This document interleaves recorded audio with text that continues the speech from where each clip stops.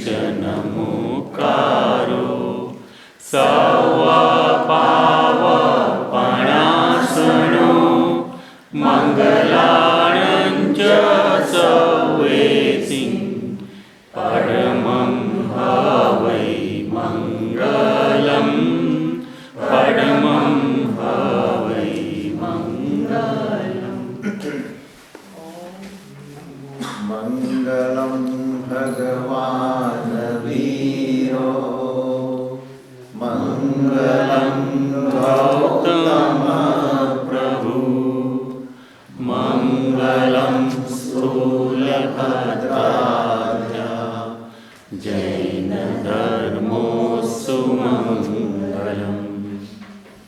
શ્રી સુતદેવી સરસ્વતી भगवती हमको वर देना जीवन की बांसुरी देवी श्रद्धा का स्वर भर देना सम्यक ज्ञान का दीप जलाकर मन का तिमिर हटा देना ना भूले ना भटके माता ऐसी राह बता देना.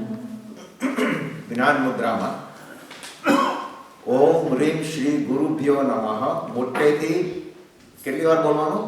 9 વખત, 9 ટાઈમ્સ. ઓમ રીમ શ્રી ગુરુભ્યો નમઃ. ઓમ રીમ શ્રી ગુરુભ્યો નમઃ. ઓમ રીમ શ્રી ગુરુભ્યો નમઃ. ઓમ રીમ શ્રી ગુરુભ્યો નમઃ. ઓમ રીમ શ્રી ગુરુભ્યો નમઃ. ઓમ રીમ શ્રી ગુરુભ્યો નમઃ. ઓમ રીમ શ્રી ગુરુભ્યો નમઃ. ઓમ રીમ શ્રી ગુરુભ્યો નમઃ. ઓમ રીમ શ્રી ગુરુભ્યો નમઃ.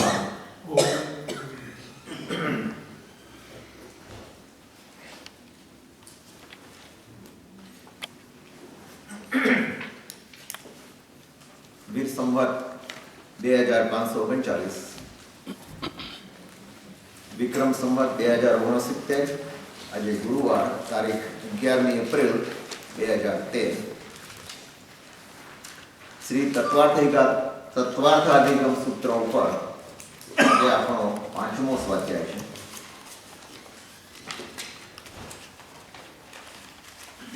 ગઈ વખતે આપણે 32 સૂત્ર સુધી ચર્ચા કરી હતી. છેલ્લા 3 બાકી રહ્યા છે. એ પહેલા ગયા વખતનો જે સ્વાધ્યાય થયો એના ઉપર થોડું વર્બલી જરા જોઈ લઈએ. નોટો તો તમારી બંધ જ હશે, બંધ રાખજો. આ વખતે જે ક્વેશ્ચન પૂછે છે એમાં ઓલ્ટરનેટ રાખીએ. એકવાર ભાઈઓ જવાબ આપે, એકવાર બહેનો. કારણ કે બહેનો બહુ વખત જવાબ આપે છે, એટલે ભાઈઓને ખાસ ચેલેન્જ છે.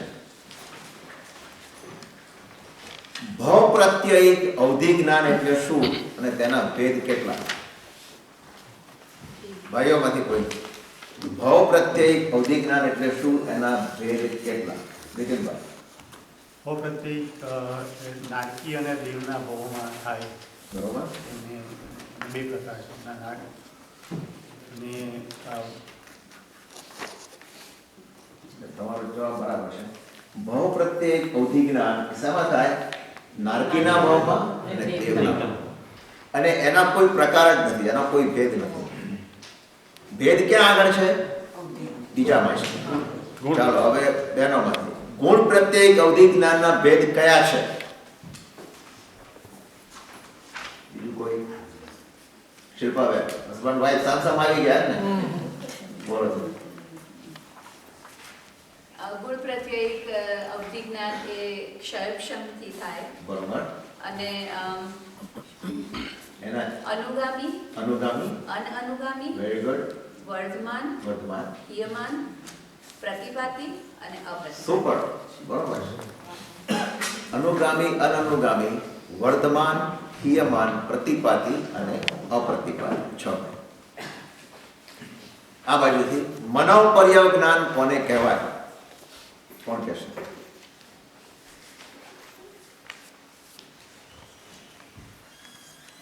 અમીરભાઈ. દ્વીપમાં રહેલા સંઘની પંચેન્દ્રિયના જીવોના મનના ભાવ જે જાણી શકે એને મનોપ્રયોગ. Very good. સંઘની પંચેન્દ્રિય જીવોના મનના ભાવ, અને એ પણ ક્યાં રહેલા? અધ્યયન. એના મનના ભાવો જાણે એ મનોપર્યજ્ઞાન કહેવાય. આ બાજુથી વિભંગ જ્ઞાન કોને કહેવાય? વિભંગ જ્ઞાન અથવા જે જ્ઞાન મિથ્યાત્મીને થાય છે એ કોને કહેવાય? મેં તો જવાબ પણ આપી દીધો. બીજા બોલો. અવધિજ્ઞાન ને વિભગ જ્ઞાન એટલે મિથ્યાત્વ જીવો ને વિભગ જ્ઞાન કહેવાય. મિથ્યાત્વ જીવો ને વિભગ જ્ઞાન? મિથ્યાત્વીને વિભગ જ્ઞાન જરાક સુધારો. થોડુંક એટલે ખ્યાલ ના. મતિ શ્રુત અવધિ મિથ્યા દ્રષ્ટિને જે જ્ઞાન થાય છે તે વિભંગ. બરાબર. જે જીવો મિથ્યા દ્રષ્ટિ છે એને પણ મતિ જ્ઞાન તો થાય ને, એને શ્રુત જ્ઞાન પણ થાય, એને અવધિ જ્ઞાન પણ થાય. તમે સમજ્યા? અભવ્ય જીવ હોય એ મોક્ષે જવાનું નથી, કારણ કે એ મોક્ષમાં માંગતો નથી. બરાબર? તો એને એ મિથ્યાત્વમાં છે, એ મિથ્યાત્વ, તો એને પણ અવધિ જ્ઞાન, એ અવધિ જ્ઞાનથી છેક ઘણું જ્ઞાન ક્યાં સુધી જઈ શકે? નવ ત્રૈવેક સુધી જઈ શકે. એટલે અવધિ જ્ઞાન એને હોય, મતિ જ્ઞાન હોય, શ્રુત જ્ઞાન હોય, એ જ્ઞાન હોય, પણ એ જ્ઞાન આત્માને કલ્યાણકારી નથી. એ જ્ઞાન વિભંગ જ્ઞાન કહેવાય. જ્ઞાન that is not helpful to atma, right? It doesn't affect to atma. That knowledge is વિભંગ જ્ઞાન. મિથ્યા દ્રષ્ટિને પાંચમાંથી કયા જ્ઞાન હોઈ શકે? આ બાજુ હમણાં જવાબ આવી ગયો.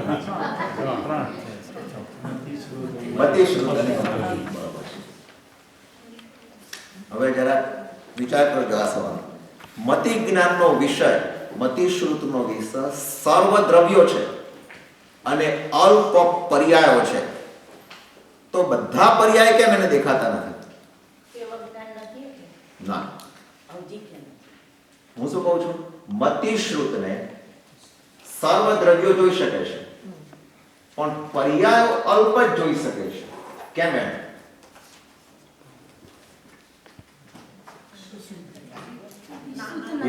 સંપૂર્ણ ક્ષયક્ષમ નથી એટલે. Very good. એને એને એને સંપૂર્ણ અથવા તો એને શું કહી શકાય? એને એ જ્ઞાન ક્ષયોક્ષમ ભાવનું છે. મતિ શ્રુત જ્ઞાન એ કયા ભાવનું છે?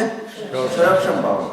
ક્ષાયિક ભાવને બધા પર્યાયો જોઈ શકે, એક પર્યાયો અનંત સુધી જોઈ શકે, પણ મતિ શ્રુત વાળાના લિમિટેડ છે.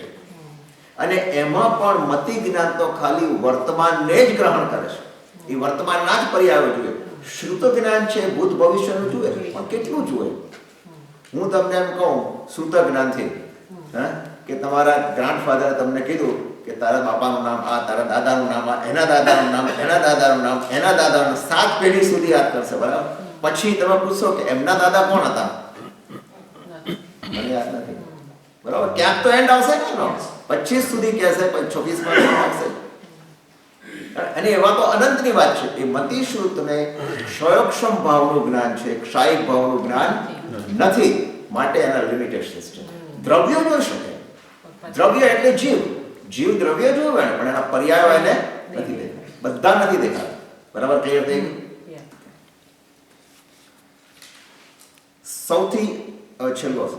સૌથી વધુ મતિ શ્રુત જ્ઞાન કોને હોઈ શકે? ભાઈઓ દિનેશભાઈ બોલવા જાય છે કે સૌથી વધુ મતિ શ્રુત કોને હોઈ શકે? Who can have the best કહી શકાય, અને સૌથી વધારે or the most મતિ શ્રુત જ્ઞાન કોને હોઈ શકે?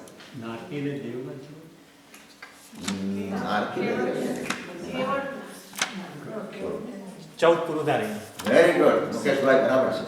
જે 14 પૂર્વધાર મુનિ છે એનું જ્ઞાન કેવું હોય? સૌથી વધારે આપણા મતિ શ્રુત કરતા. તમે માનશો કે નહીં? મતિ શ્રુત મને ને તમને છે એના કરતા કદાચ આચાર્ય ભગવતને વધારે હોય. બરાબર? અને એનાથી વધારે કોને હોય? ગણધરોને હોય. 14 પૂર્વધારનું. 14 પૂર્વધારનું જ્ઞાન કેટલું હોય? એ બધું જ મળે. બરોબર? એટલું આપણને નથી ખ્યાલ રાખવાનું. ચાલો હવે તમારું રિવ્યુ ક્વેશ્ચન્સ જોઈ લઈએ. બધું સિસ્ટમેટિક છે કામ, બરાબર? પહેલો સવાલ કોણ વાંચશે? મંજુબેન બોલો. મનના પ્રયોગ જ્ઞાની અડીમાં રહેલા દરેક જીવોના મનના ભાવો જાણી શકે છે. ટ્રુ. False. Why true? એ શબ્દ ક્યાં છે? જો ભાર મૂકો. દરેક જીવોના એનો અર્થ શું થયો કે અઢીદ્વીપમાં એક માની લો કે અઢીદ્વીપમાં એક ખિસકોલી બેઠી છે, તો એના મનના ભાવ જાણી શકશે? સંગની પંચેન્દ્રિય જેના મન છે કદાચ એના પણ જાણી શકે, પણ એક કીડી મંકોડી ચાલે છે તો એના મનના ભાવ નહીં જાણી શકે. અઢીદ્વીપમાં રહેલા સંગની સંગની એટલે જેને મન છે એના. હવે બીજો કોણ વાંચશે? મુકેશભાઈ પણ. અવધિ જ્ઞાનમાં મન અને ઇન્દ્રિયોનો કોઈ ઉપયોગ નથી. ફોલ્સ. અવધિ જ્ઞાનમાં મન અને ઇન્દ્રિયોનો કોઈ કોઈ ઉપયોગ નથી. ફોલ્સ. આત્માનો ઉપયોગ થાય છે. હા પણ નથી. એ નથી એમ કહે છે. એટલે true છે, નથી કોઈ ઉપયોગ નથી.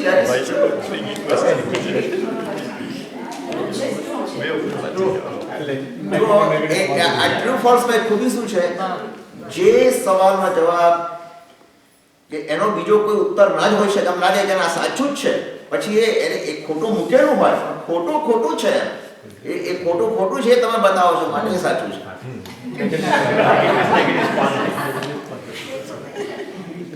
મન અને ઇન્દ્રિયોનો કોઈ ઉપયોગ નથી. એ નથી શબ્દ આવ્યો ને એટલે ઇટ ઇઝ રોંગ, પણ અદર એ કહેવાનું નથી એમ કે છે કે આ નથી એ બરાબર છે, તો કે આ બરાબર છે, ટ્રુ. આલ્જીબ્રાનો રૂલ એપ્લાય થાય. Negative is positive. હવે ત્રીજું કોણ વાંચશે? રાજુભાઈ બોલો. નારક અને દેવોના ભાવમાં થતું અવધિ જ્ઞાન ગુણ પ્રત્યયિત છે. ફોલ્સ. એ કયું છે? ભાવ પ્રત્યય છે. Very good. ચોથું કોણ વાંચશે? પ્રવીણભાઈ બોલો. તત્વાર્થ અધિગમ સૂત્ર અંગ બાહ્ય શ્રુત જ્ઞાનમાં આવે છે. ટ્રુ. તત્વાર્થ સૂત્ર એ અંગ બાહ્યમાં ગણાય, બરાબર ને? અંગ બાહ્ય શ્રુત જ્ઞાનમાં. પાંચમું કોણ વાંચશે? બોલો.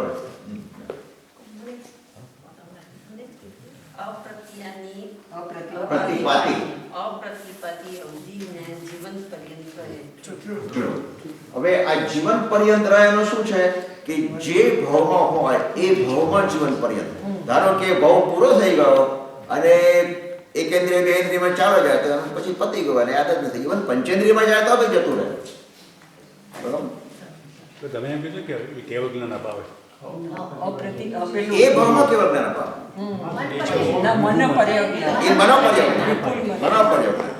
આ તો અવધિ જ્ઞાન છે. જીવન પર્યંત રહે અને એવું છે કે જીવન પર્યંત રહે અને ધારો કે આગળ સાધના કરતા કરતા અને મનોપર્યગ જ્ઞાન કેવળ જ્ઞાન સુધી પહોંચાડે. છઠ્ઠું કોણ વાંચશે? બોલો જયંતિભાઈ.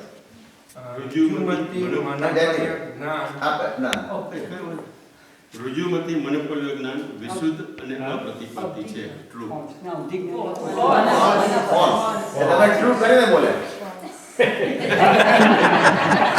તમને સુધારવાનો હક નથી. એ છે કહેવાનું કે ફોલ્સ છે. કરેક્શન મોકલ્યું તો અધિજ્ઞાનના બદલે મનોપર્ય. ઓ આઈ સી માય ફોલ્ટ.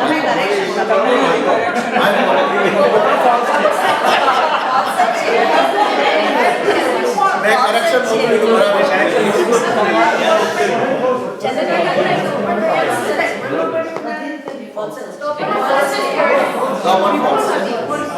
કારણ કે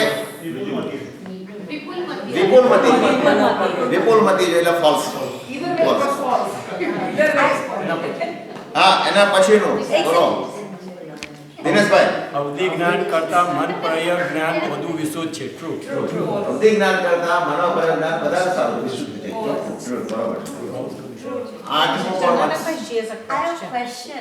Yeah. તમે આગળ વધતા જાઓ છો. I have a back question. તમે બેક નથી જવાનું, આગળ જવાનું.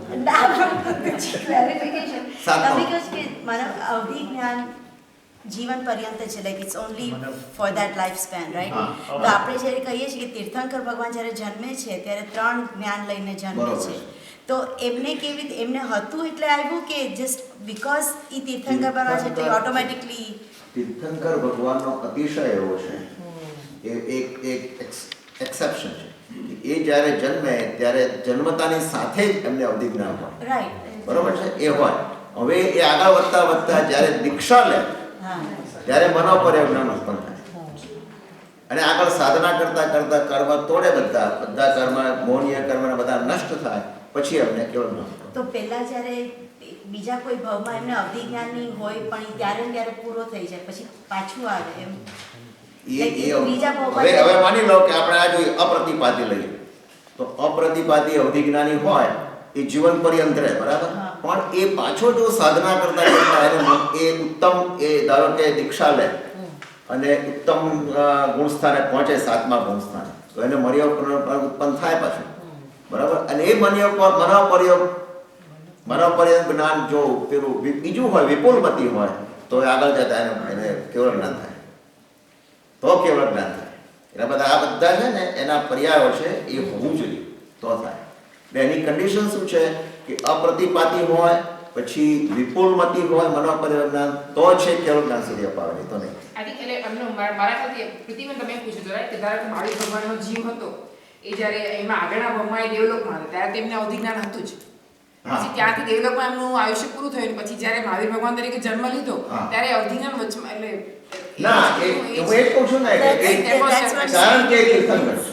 હા, તીર્થંકરનો આ અતિશય છે કે જ્યારે એ માતાના જ્યારે એનું ચ્યવન થાય ત્યારથી માંડીને જ્યારે ગર્ભ ભરે ત્યારે ગર્ભમાં એને અવધિ જ્ઞાન હોય. એટલે એમાં અવધિ જ્ઞાન એમનું ગયું જ નહીં. આ એમનું દેવલોકમાં અવધિ જ્ઞાન ના જાય, ના. દેવલોકમાં હતું ને પછી જ્યારે જવાનું કન્ટિન્યુઅસ થયું. દેવલોકમાં તો ભાવ પ્રત્યેક હતું. હા, એ રાઈટ. ભાવ પ્રત્યેક હતું. એટલે એ જુદું. Right. દેવ અને નારકીના જીવને તો આ એમના ગુણ પ્રત્યે તીર્થંકર એનું કારણ તીર્થંકરનો આત્મા છે ને, તીર્થંકરનો આત્મા છે એટલે એને તો 3 ભાવ પહેલા જ તીર્થંકર નામ કરવા બાંધેલું છે. એટલે એમને મનુષ્ય ભાવમાં જન્મ લેવાનો છે, એટલે ત્યાં આગળ એમનો અતિશય જેવો છે, જન્મ લીધો એમને એટલે એને તરત ઉત્પન્ન થાય. પણ જ્યારે માતાના ગર્ભમાં જ એને હતું ને. પણ જ્યારે એમને તીર્થંકર નામકર્મ બાંધ્યું 3જા ભાવ પહેલા ત્યારે એમને હતું કે ના. નહીં કર્યું? 3જા ભાવે નિકાલ એ વખતે ના હોય. ત્યારે નહોતું. ના, જ્યારે એ તો ખાલી એમને તીર્થંકર નામ કર્મ નિકાચિત કર્યું, અવધિ જ્ઞાન નહોતું એ વખતે. હોઈ શકે, હા, હોઈ શકે, પણ એવો કોઈ ઉલ્લેખ નથી કે એમને અવધિ જ્ઞાન. પણ જરૂરી ના, નથી કે એવું. જરૂરી નથી.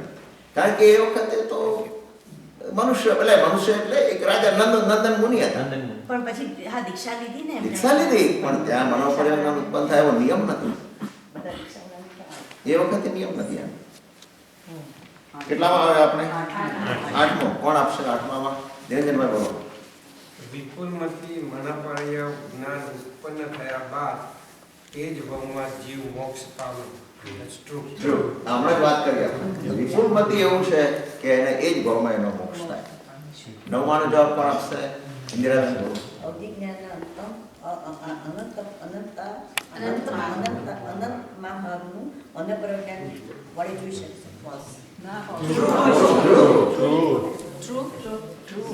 મનોપર્ય જ્ઞાન એ અવધિ જ્ઞાનના પ્રમાણમાં બહુ જ નાનું છે, અનંતમાં ભાગનું કહી શકાય. અવધિ જ્ઞાનમાં તો ક્યાં જોઈ શકાય, બરાબર, બધે ચારે બાજુ. જ્યારે મનોપર્ય જ્ઞાનમાં તો અઢી દ્વીપ સંઘની પંચેન્દ્રિય હોય, એના મનના ભાવ હોય, એટલે એ એટલું છે. જય શ્રી કૃષ્ણ. એકી સાથે એક જીવને 5 જ્ઞાન હોઈ શકે. False. એ શા માટે false છે? કારણ શું છે કે એ પહેલા 4 જ્ઞાન કયા ભાવના છે? ક્ષયોક્ષમ ભાવના છે. કેવળ જ્ઞાન એક ક્ષાયિક ભાવનું છે, એટલે બંને સાથે તો ના થઈ શકે. જો ક્ષાયિક ભાવ હોય તો પેલા ના હોય, ક્ષયોક્ષમ ના હોય, બરાબર. અને મેં તમને ગયા વખતે વાત કરી હતી કે એક જગ્યાએ એવો પણ મત છે કે માનો કે 5 જ્ઞાન હોય તો પેલા 4 ને કોઈ વેલ્યુ જ નથી. પેલા 4 ની સૂર્યનો પ્રકાશ બપોરના 12 વાગે તમે મીણબત્તી જલાવો તો મીણબત્તીની કોઈ વેલ્યુ છે? બસ એવું થયું આ જ્ઞાન. 4 જ્ઞાન હોય તો કઈ કિંમત નથી એની. ખ્યાલ એવી જાય. ચાલો હવે આપણે આગળ જોઈએ છે ગયા વખતે જે છેલ્લું સૂત્ર લીધેલું એ છેલ્લું 33મું સૂત્ર ફરી એકવાર વિચારી લઈએ, કારણ કે એમાંથી આખો એક નવો વાદ ઉત્પન્ન થાય છે, માટે આ જરૂરી છે. બરાબર? એમાં શું લખ્યું છે? સત અસતો અવિશેષાત યદ્રચ્છા ઉપલબ્ધે ઉન્મત્તવત. એટલે કહેવા શું માંગે છે? સત અને અસત. સત અને અસત એટલે સાચું અથવા ખોટું. એ સાચું અથવા ખોટું. બરાબર? અવિશેષાત એટલે જે ભેદ નથી કરી શકતો, સાચા ખોટાને જે પારખી શકતો નથી, સાચા ખોટાનો જે ભેદ નથી કરી શકતો, યદ્રચ્છા પોતાની ઈચ્છા પ્રમાણે ઉપલબ્ધે શાસ્ત્રની વાતો કરે, ઉન્મત્તવત એ ગાંડા માણસની જેમ કરે છે. એનો અર્થ શું થયો? હવે આનું તમે આખું ભેગું કરવાનો અર્થ સમજાવો. માનો કે એક માણસ સમ્યક દ્રષ્ટિ નથી, મિથ્યા દ્રષ્ટિ છે.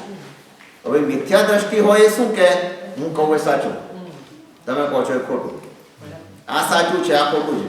એનું જે સાચું ખોટું છે એ પેલા સમ્યક દ્રષ્ટિ જેવું નથી. બરોબર છે? એટલે એ શું કરે છે? એ પોતાની ઈચ્છા મુજબ કરે છે બધું, કારણ કે એ બે વચ્ચેનો ભેદ અવિશેષાત, એ બંને વચ્ચેનો ભેદ જાણતો નથી. એ જાણતો નથી એટલે ગમે તેમ વાતો કરે છે, અને ગમે તેમ એટલે ઉન્મત્ત વાત, ગાણાની જેમ. જેમ પેલો ગાણો માણસ ગમે તેમ બોલે કે ભાઈ આ તો આમ છે આમ છે, અને આપણે બધા હસવા માંડીએ, એમ મિથ્યાત્વી જે હોય, મિથ્યાત્વી જીવ સાચા ખોટાની પરીક્ષા કરી શકતો નથી, ભેદ પાડી શકતો નથી. એટલે ગાણા માણસની જેમ, અહીંયા તો શાસ્ત્રની વાત જ હોય ને, શાસ્ત્રની વાત એ ગાણા માણસની જેમ ગમે તેમ કરે છે, અને ગમે તેમ કરે છે એ ના ચાલે. ગમે તેમ કરે છે એ ના ચાલે. એમાંથી આખો એક વાદ ઊભો થયો. વાદ કયો થયો જુઓ એ વિચાર. ઘણી વખત શું હોય કે એક જ વસ્તુ હોય, બરાબર, પણ એના પરસ્પર વિરોધી ધર્મ હોય, તો અપેક્ષા એ સાચું કહેવાય, અપેક્ષા એ સાચું ના પણ કહેવાય. કઈ અપેક્ષાથી તમે લો છો એના ઉપર છે. બરાબર? હવે તમે નયની વ્યાખ્યા આપો. નયની વ્યાખ્યા શું છે? આપણે કોણ આપશે નયની વ્યાખ્યા? નય એટલે શું? જોવાની દ્રષ્ટિથી વિચાર. એક હવે જો આમાં જરા સમજો નયની વ્યાખ્યામાં કે દરેક, પહેલા તો એ સમજો કે દરેક વસ્તુ હોય એના ગુણધર્મો કેટલા? ઘણા, અનંત ગુણધર્મો. ગુણધર્મો ઘણા હોય. ગુણધર્મો એટલે શું કે એની ક્વોલિટી, એની પાસે શું શું છે, એ દરેક વસ્તુનું ગુણધર્મ અલગ અલગ અલગ હોય. તમે એક છરી લો તો છરીથી એ શાક સમારવાય કામમાં લાગે છે, કોઈનું મર્ડર કરવામાં કામ લાગે છે, કોઈ વસ્તુ કાપવામાં કામ લાગે છે. બરોબર છે? એના ગુણધર્મ અલગ અલગ છે. હવે તમે કઈ રીતે લો છો એના ઉપર છે. તો એનો એક ગુણ લો અને બીજાને ગૌણ કરી નાખો, બીજાને ઉડાવી નહીં દો. જો બીજાને ઉડાવી દેશો તો એ સુનાય નથી, એ ગૌનાય છે, દૂરનાય છે. એ નય છે એ દૂરનાય છે. એ સાચો નય નથી. સાચો નય શું કરે કે તમે જે વસ્તુ જે જગ્યાએ છે એને મુખ્ય કરો, બાકી એને ગૌણ કરી નાખો, એ નય કરો. અને બધા ધર્મોને ભેગા કરી, ગુણધર્મોને, અને એનું સર્વાંગી અવલોકન કરો અને તમે એક સ્ટેટમેન્ટ આપો. It is called anekantavada. Multiplicity of view points called anekantavada. ખ્યાલ? બધાનો ઉપયોગ કરો છો તમે અને એક સર્વાંગી અવલોકન કરી અને તમે એક ડિસિઝન પર આવો છો, એ અનેકાંતવાદ. એકને જ આગળ કરો છો એ સાપેક્ષવાદ થયો. સાપેક્ષ એટલે ભાઈ મારી અપેક્ષા આ વસ્તુ આમ છે, બરોબર છે, પણ બીજાને ગૌણ કરી નાખો કે ભાઈ તમે કહો છો સાચું, તમે પણ હું માનું છું કે આમ હોઈ શકે. નોટ પરફેક્ટ પણ હોઈ શકે. ખ્યાલ? એટલે અનેકાંતનો અર્થ શું થયો? આ એક અનેકાંતવાદ ભગવાન મહાવીરે જે અનેકાંતવાદ કહ્યો છે કે સો પાવરફુલ, સો પાવરફુલ. એ જગતમાં એમ કહેવાય કે જો બધા ધર્મો આ અનેકાંતવાદને જો અપનાવતા હોય તો કોઈ જગ્યાએ કોઈ કોન્ફ્લિક્ટ રહે જ નહીં.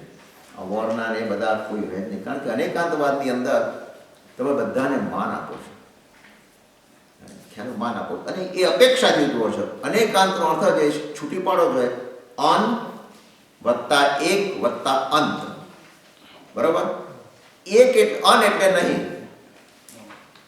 એકથી અને અંત એટલે અંત પૂર્ણતા. એકથી જે પૂર્ણતા નથી, માત્ર એક જ સાઈડથી જેની પૂર્ણતા નથી એ અનેકાંતવાદ. ને કોઈ પણ વસ્તુની પૂર્ણતા એક ધર્મથી નથી, પણ કેટલા ધર્મોથી છે? અનેક ધર્મોથી છે. અને સ્યાદવાદ શબ્દ સાંભળ્યો છે ને? એ વોટ ઇઝ સ્યાદવાદ? સ્યાદવાદ એ અનેકાંતવાદને કહેવાની પદ્ધતિ છે. It is a method, it is a process. અનેકાંતવાદને સમજવા માટે સ્યાદવાદ એક પદ્ધતિ છે. અને એનો એક એક્ઝામ્પલ દાખલા લઈએ કે મોહનલાલ નામની એક વ્યક્તિ છે, બરોબર? એને જ્યાં આગળ એનું નામ મળે, જ્યાં આગળ એને યશ મળે ત્યાં એ દાન આપે છે. સમજો બરાબર? મોહનલાલને જ્યાં યશ મળે, જ્યાં નામ મળે ત્યાં શું કરે છે? દાન આપે છે, બરોબર? હવે મોહનલાલ, બીજો વાક્ય, મોહનલાલ પોતાની જરૂરિયાત માટે ભારે કંજૂસ છે. પોતાની જરૂરિયાત માટે ભારે કંજૂસ છે. એ એકદમ પેલું મખમલની સ્વેટર કે એવું નહીં લાવે, એ મોટી કિંમતી શાલ નહીં લાવે પોતાના માટે. ત્રીજું સ્ટેટમેન્ટ, મોહનલાલ ભિખારીને એક પૈસો આપતા નથી. ભિખારીને એક પૈસાનું દાન કરતા નથી. હવે તમે આને અનેકાંતવાદથી તમે કઈ રીતે કહેશો? એટલે સ્યાદવાદ પદ્ધતિ છે. સ્યાદવાદ પદ્ધતિથી તમે શું કહેશો મોહનલાલ માટે? એને માટે શું કહેશો? જો પહેલું સ્ટેટમેન્ટ શું છે કે એ જ્યાં નામના મળે છે, યશ મળે છે, ત્યાં શું કરે છે? દાન આપે છે. તો તમે એક સ્ટેટમેન્ટ બનાવો કે મોહનલાલ કેવા છે? જનરસ છે, ઉદાર છે. વાહ ભાઈ, બહુ સરસ, ઉદાર છે બહુ. પછી બીજું સ્ટેટમેન્ટ જેવું સાંભળ્યું કે પોતાના માટે બહુ કંજૂસ છે અને એક એક પાઈનો હિસાબ રાખે છે. એક એક પાઈનો હિસાબ રાખે છે, બરાબર? તો મોહનલાલ કેવા છે? કંજૂસ છે. હવે કરકસર છે, કરકસર છે. પણ ભિખારીને એક પૈસો આપતા નથી. હા કંજૂસ છે. ભિખારી તો એમ કહેશે ને કે આ કંજૂસી આવ્યો અહીંયા, એક પૈસો મને આપતો નથી, બરાબર? તો બે સ્ટેટમેન્ટ થઈ ગયા કે મોહનલાલ ઉદાર પણ છે અને કંજૂસ પણ છે. બે સ્ટેટમેન્ટ થયા. જો કોઈને પણ તકલીફ પડી, મોહનલાલને પણ ખરાબ નહીં લાગે. તમે એમ કહો કે આ કંજૂસ છે તો ભાઈ આ કંજૂસ, આ અપેક્ષાથી કંજૂસ, અને ઉદાર છે તો આ અપેક્ષાથી ઉદાર. એટલે આની અંદર શું છે? જૈન ધર્મમાં સ્યાદવાદ કે દ્રવ્યના સર્વ ગુણોને લક્ષ્યમાં રાખી અને સર્વાંગી અવલોકન કરો, એનું નામ શું છે? અનેકાંતવાદ. અને જે કંઈ જોવામાં આવે છે પૂર્ણ સત્ય નથી, અપેક્ષા એ સત્ય છે. તમે જે કંઈ જુઓ છો એ અપેક્ષા એ સત્ય છે. હું તમને કહું કે તમે ને હું આપણે આવીએ દિવસના ટાઈમે અને હું આની દિવાલ જોઉં અને મને લાગે દિવાલ સફેદ છે, બરોબર? આ મકાનની દિવાલો કેવી છે? સફેદ રંગની. આપણે બધા કબૂલ કરીએ, આપણે બધાને આંખો છે. હવે આપણે બધા રાત્રે આવીએ અને બધાને દિવાલ લીલી દેખાશે. કેમ થયું? ગ્રીન દેખાશે, કારણ કે જે લાઈટ ચાલુ છે એની આગળ પેલો ગ્રીન કાગળ પ્લાસ્ટિક લગાડી દીધું છે. હવે જો ગ્રીન લગાડી દીધો છે પ્લાસ્ટિક, તો દિવાલ ઉપર શું થશે? ગ્રીન પડશે, બરોબર? આપણી જોડે કોઈ મહેમાનને લાવીએ અને પૂછીએ ને કે આ દિવાલનો રંગ કયો છે, તો એ શું કહેશે? ગ્રીન છે. તો એની અપેક્ષાએ એ દિવાલ ગ્રીન છે. આપણે સવારે આવ્યા તો આપણી અપેક્ષાએ દિવાલ કેવી છે? સફેદ છે. આપણી અપેક્ષાએ સફેદ છે. તો બંને સાચા ને? કે કોઈ ખોટું છે? ક્યાંય કોન્ફ્લિક્ટ નથી. તમે અપેક્ષાએ વસ્તુને જુઓ. એવું બન્યું કે ઊંચું મકાન, ઊંચા બિલ્ડિંગ પર 3 જણા ઉપર ચડ્યા, શીપ ઉપર સૌથી ઉપર. અને પહેલો છે ને એ દૂર દૂર જુએ છે આકાશમાં, અને એ કહે છે મને પતંગ દેખાય છે, મને પતંગ દેખાય છે. પતંગ હતો, પતંગ દેખાય છે. બીજો કહે છે, એ પણ જુએ છે, એ કહે છે મને પતંગ દેખાતો નથી. બરાબર? સ્ટેટમેન્ટ સાંભળજો. પહેલો કહે છે મને પતંગ દેખાય છે, બીજો કહે છે મને પતંગ દેખાતો નથી, ત્રીજો કહે છે મને લાલ રંગનો પતંગ દેખાય છે. કોણ સાચું? ત્રણેય સાચા. હવે ત્રણેય સાચા કેવી રીતે મને કહો? પહેલો કહે છે મને પતંગ દેખાય છે, શું થયું? એની આંખો કેવી હશે? એની આંખો જરા શાર્પ ખરી કે નહીં? એની આંખો સારી ખરી કે નહીં? તો જ એને પતંગ દેખાય. બીજો કહે છે મને પતંગ દેખાતો નથી, તો એની આંખો કેવી? મોતીઓ તો નહીં આવ્યો હોય પણ એટલીસ્ટ ચશ્માની તો જરૂર પડતી હશે, બરોબર? અને ત્રીજો કહે છે કે મને લાલ રંગ દેખાય છે, એની આંખો કેવી?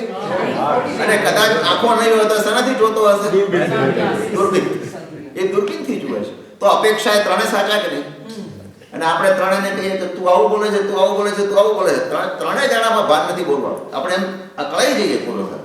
3 સ્ટેટમેન્ટ આવે પણ અપેક્ષા એ શું કહે છે? ત્રણેય સાચા. એટલે અનેકાંતવાદ એ એવું છે કે એમાં બહુ વિચારીને આપણે કરવા જોઈએ. આમાં ન્યાય અને અનેકાંતવાદનો અર્થ બરાબર સમજો. ન્યાય એટલે શું? અનેક ધર્મોમાંથી કોઈ એકનો સંપૂર્ણ બોધ થાય એનું નામ ન્યાય.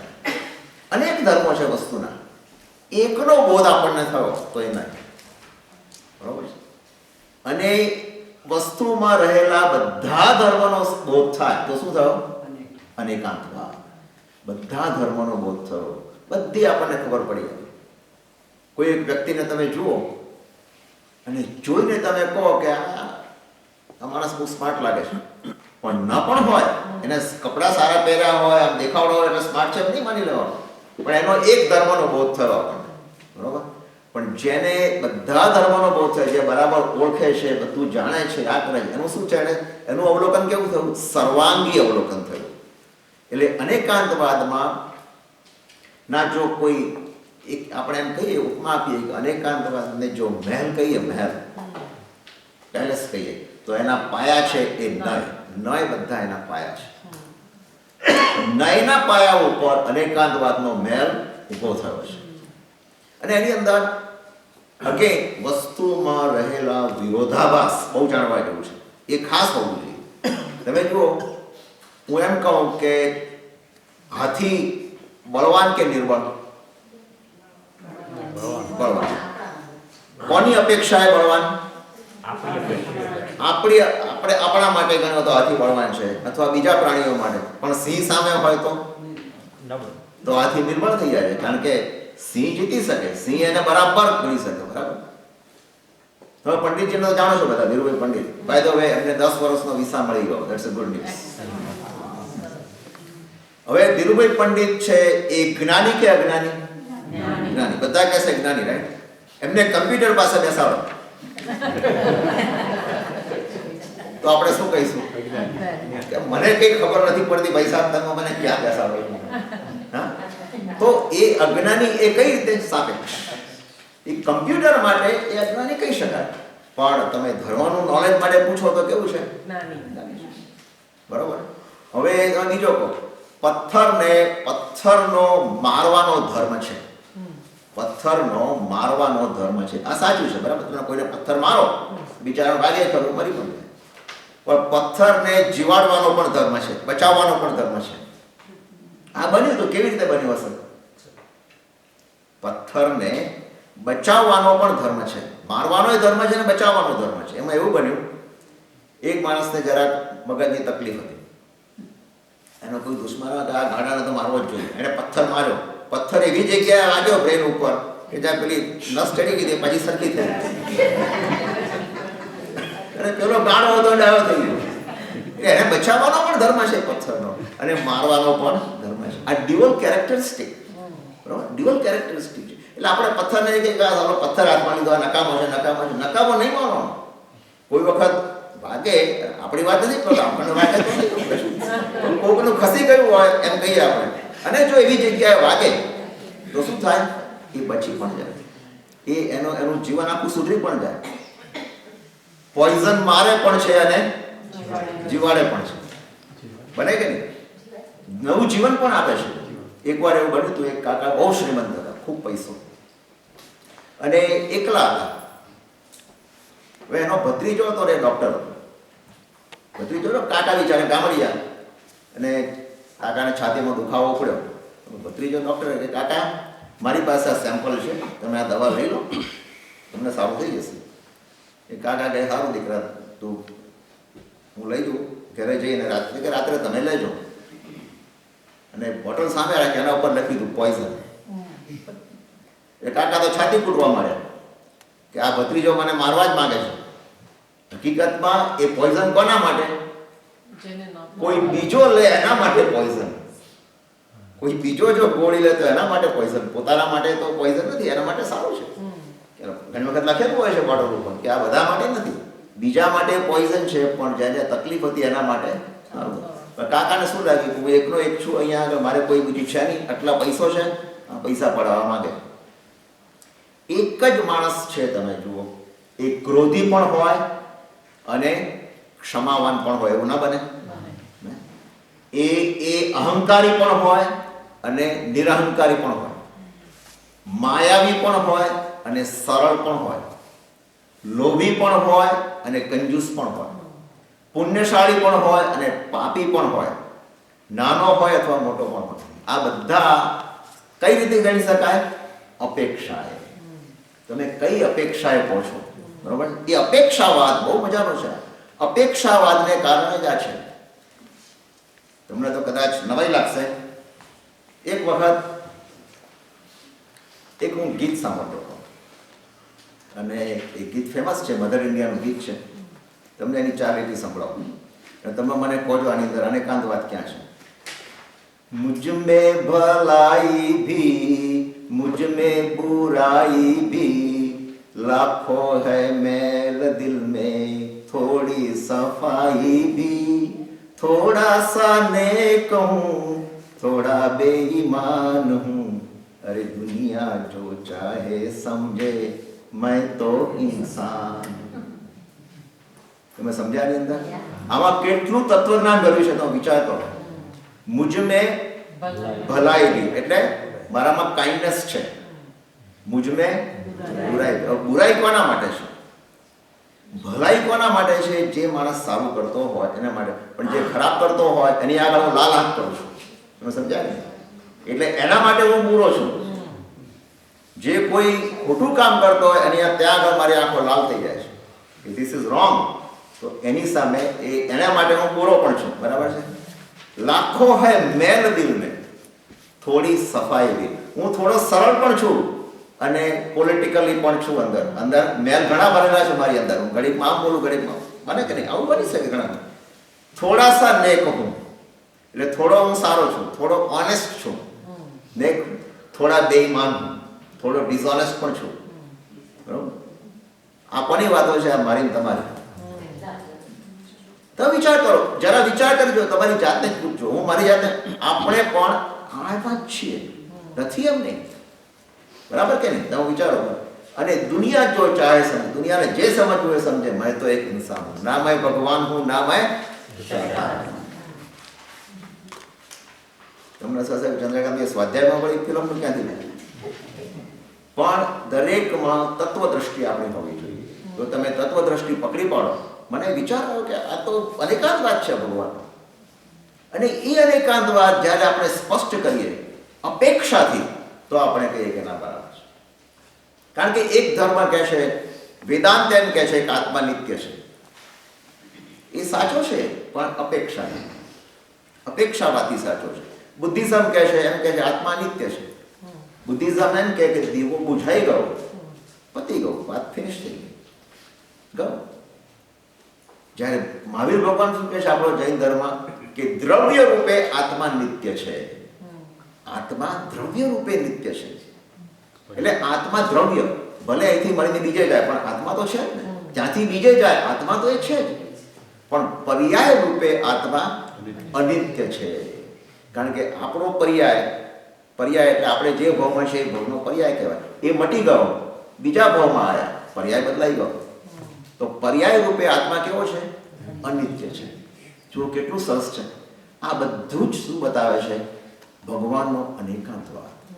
કે એક જ માર્ગ, સત્યને પામવા માટે એક માર્ગ નથી. ભગવાન મહાવીરે પણ કહ્યું છે મોક્ષ મેળવવા માટે એક માર્ગ નથી. એક માર્ગ નથી. અન્ય લિંગે પણ મોક્ષ જવાય. આપણે ત્યાં છે એ વાક્ય છે, અન્ય લિંગે. એ તમે કોઈ જૈન હોવા જરૂરી નથી, તો પણ મોક્ષ જઈ શકો. ભગવાને તે એક જ કહ્યું, વિતરાગ, રાગ અને દ્વેષને દૂર કરો. તમે વિતરાગી, તમે કેવળ જ્ઞાની અને તમે મોક્ષ જઈ શકશો. બહુ સરળ સીધો હિસાબ બતાવ્યો છે ભગવાને. પણ એ તરફ જવા માટે આપણો પુરુષાર્થ બરાબર હોવો જોઈએ. તમે એમ કહો કે હિમાલયનું ઊંચામાં ઊંચું શિખર કયું? ગૌરીશંકર. હવે ગૌરીશંકર ભારતમાંથી જવાય કે ના જવાય? જવાય. નેપાળમાંથી પણ જવાય, ચીનમાંથી પણ અને તિબેટમાંથી પણ જવાય. તમે કહો આ ચીન વાળો આમથી જાય છે અને જવું છે ગૌરીશંકર, હમણાં તો ભારતનો આ રસ્તો છે. એ બધા રસ્તા સાચા, કારણ કે છેવટે રસ્તો ત્યાં આગળ મળે છે. આપણે ક્યાંથી શરૂઆત કરીએ છીએ એ મોસ્ટ ઇમ્પોર્ટન્ટ છે. આપણે ઊભા છીએ તળેટી પર, એટલે એટલા માટે આપણે શું કરીએ છીએ, બધા આપણી મુશ્કેલી ક્યાં છે? કોઈક ધર્મનું સાંભળીએ કે આ ધર્મ બહુ સારો, બહુ સરસ છે, એ ત્યાં થોડી વાર મૂકીએ, પછી કે આ ધર્મ બહુ સારો. પણ તમારે જવો તો એક રસ્તો પકડી રાખો. તમે આજે ટર્નપાઇક પર ગયા પછી કહો ગાર્ડન સ્ટેટ બહુ સારો છે, તમે એને લેવા જાઓ, પછી કહે કે ના 287 તો બહુ સારો રસ્તો છે, ત્યાં જ પૂછવાઈ જશે. એક રસ્તો પકડી રાખો. છેવટે બધા એક જગ્યાએ મળે છે, જ્યાં જવાનું છે ત્યાં બધા મળે છે. આ ભગવાનનો અનેકાંતવાદ. આ બધા નયો કેટલા છે? અનંત નયો છે, કારણ કે અનંત અભિપ્રાયો છે. પણ એ અનંત નયોને ભગવાને કહ્યું કે 7 વિભાગમાં વહેંચી કાઢ્યા. 7 વિભાગ. બરોબર? આ બહુ મજાનું છે, આ સમજવા જેવું છે. ના, આ ચેપ્ટર છે ને એટલું સરસ છે કે જો દરેક જીવ જો આ સમજે ને તો એના જીવનમાં બધી વિટંબણાઓ દૂર થઈ જાય, બધું દૂર થઈ જાય. ખરેખર જો આ સમજે તો બહુ મજાનું છે આ વસ્તુ. અને ઉમાસ્વાતીજી બહુ સરસ સમજાવ્યું છે. એમણે પહેલો નય આપ્યો. જો નયના 2 ભાવ છે, એક દ્રવ્યાર્થિક નય, એક પર્યાયાર્થિક નય. દ્રવ્યાર્થિક નય એટલે શું? જે દ્રવ્યને જુએ છે, બરાબર? જે દ્રવ્યને જુએ છે. સોનું તો સોનું દ્રવ્ય છે, સોનાને જુએ છે. એના પર્યાયો ઘણા છે, પર્યાયોની વાત નથી કરતો, પણ એ દ્રવ્ય. જીવ તો જીવ દ્રવ્ય છે, એને જુએ છે. આ સ્ત્રી છે કે પુરુષ છે કે બાળક છે કે એની વાત કરતો જ નથી. એ દ્રવ્યાર્થિક હંમેશા એક જ દ્રવ્યને જુએ, બરાબર? દ્રવ્યને જુએ. પર્યાયાર્થિક ન્યાય કેવો છે? જુદા જુદા પર્યાયોનો વિચાર કરે. એ પર્યાયાર્થિક ન્યાય, બરાબર? એટલે ન્યાયના આ 2 ભાગ પડી જાય છે, જુદા જુદા ભાગ છે. એમાં એક ન્યાય આપણે લઈએ, પહેલો ન્યાય બહુ મજાનો ન્યાય છે. એ ન્યાયનું નામ છે નૈગમ ન્યાય. તમે કદાચ સાંભળ્યું હશે ભૂતકાળ. નૈગમ. હવે નૈગમ ન્યાય એટલે શું? કે ગમનો અર્થ થાય દ્રષ્ટિ. ગમનો અર્થ દ્રષ્ટિ. દ્રષ્ટિ એટલે જોવું. અને નૈગમ એટલે અનેક દ્રષ્ટિઓ છે, અનેક દ્રષ્ટિથી જુઓ તમે. એમાં શું થશે કે તમે જે કંઈ કહેશો ને એ તમને એક વખત લાગશે સાચું તો છે જ, આ વાત તો સાચી છે. બહુ બહુ ઉપયોગી છે આ નૈગમ ન્યાય. અને નૈગમ ન્યાયના 3 ભાગ પડી જાય છે. એક ભાગ હું તમને બતાવું કે સંકલ્પ. સંકલ્પથી નૈગમ ન્યાય કેવી રીતે હોઈ શકે. તમને એક્ઝામ્પલ આપો એટલે તમે બધું બેસી જશે, બરોબર? માની લો કે આપણે ઘરે બેસી અને સુટકેસ ભરીએ છીએ, બધું પેક કરીએ છીએ, હા, બધું તૈયારી કરીએ છીએ, અને આપણો કોઈ મિત્ર આવ્યો કે આ શેનું સુટકેસ, ક્યાં જવા મળ્યા? તો હું ઇન્ડિયા જઉં છું. હવે તમે ઇન્ડિયા જાઓ છો ખરેખર? તેમાં તો ત્યાં જ બેઠા છો, બધું પેક કરો. હજુ ઇન્ડિયા ગયા નથી, હજુ કશી શરૂઆત કરી નથી, પણ તમે શું કીધું? હું ઇન્ડિયા જઉં છું. પહેલા સાચું માની લીધું, બરાબર ને? કેટલું છે જુઓ, મજાનો. એને તમે કીધું હું ઇન્ડિયા જઉં છું, એને કહ્યું બરાબર છે, સમજી ગયો કે આખી પ્રોસેસ શું છે. એટલે સંકલ્પ ક્યાં છે તમારો? ક્યાં જવાનો? ઇન્ડિયા જવાનો. હવે તમે સુટકેસ આજે ભરી, પછી પેલા ટેક્સીવાળાને બોલાવ્યો અને બેઠા અને આ કર્યા, ટિકિટ બહાર કાઢી, પાસપોર્ટની ચેક કર્યું, એ બધું તમારે ડિસ્ક્રિપ્શન આપવાની જરૂર છે ખરી? એટલે તમારે એટલું જ કહેવાનું હતું હું ઇન્ડિયા જઉં છું, એટલે સમજી ગયો. આ નહીં ગમે, બહુ વિશાળ છે, બહુ વિશાળ છે. એટલે એની અંદર સંકલ્પની અંદર તમે કહી શકો કે આપણે આ કરવાનું છે. કોઈ પણ ગમે તે તમે એક્ઝામ્પલ તમે સંકલ્પની અંદર કહો, એટલે ભૂતકાળનું વર્તમાનમાં આરોપણ કરવું અને ભવિષ્યનું પણ વર્તમાનમાં આરોપણ કરવું. એ અહીંયા આગળ શું થયું? સંકલ્પના થયો. ઘણી વાર આપણને પૂછે છે, કોઈ કહે કે ધારો કે આપણને પત્ની છે ગ્રોસરી લેવા મોકલે, તો તમે કોઈ ક્યારે જવાના છો? અને આપણે શું કે હમણાં જ જવું છું. હજુ તમે ગયા નથી, કશું કર્યું નથી, રાઈટ? કોઈ તૈયારી કરી, પણ હમણાં જ જવું છું. એ ત્યાં આગળ શાંત થઈ જાય કે નહીં? અનુભવ શું કહે છે? હમણાં જ જવું છું, એટલે એનાથી જવાબ મળી ગયો, બરાબર? હવે કોઈ વખત આપણે પૂછે લંચ અવરમાં ક્યાં જાઓ છો? તો હું જમવા જાઉં છું. હવે આપણે નક્કી કર્યું ઘરથી કે આજે રેસ્ટોરન્ટમાં જમવું છે, તો હજુ જમવા જઉં છું કીધું, હવે તમે ત્યાં જશો, તમારે નંબર લાગશે, પેલો મેન્યુ આપશે, ઓર્ડર કરશો, પેલો બનાવી લાવશે ત્યારે જમશો. પણ તમે કહો છો શું? એક જ વાક્યમાં કહી દઉં જમવા જઉં છું, પેલા મેસેજ મળી ગયો. આ સંકલ્પ રહે. ભૂતકાળનો તમે કરો વર્તમાનમાં, અથવા તો ભવિષ્યકાળનો વર્તમાનમાં કરો. એ કયો નહીં થયો?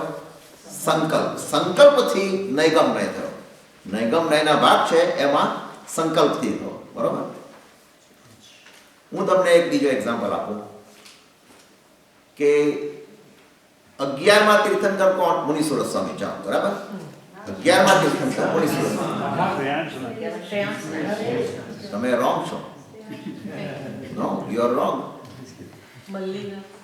ના, 11મા તીર્થંકર મુનીશ્વર સ્વામી. ચાલો, 12મા તીર્થંકર મુનીશ્વર સ્વામી. હવે 12મા તીર્થંકર મુનીશ્વર સ્વામી. તમારે તો એ સાંભળવું છે 20મા તીર્થંકર મુનીશ્વર સ્વામી. સારું, ચાલો 20મા તીર્થંકર મુનીશ્વર. આ ત્રણેય સાચા છે. બોલો કઈ રીતે? જુઓ, 11મા તીર્થંકર મુનીશ્વર સ્વામી આવતી 24મીના.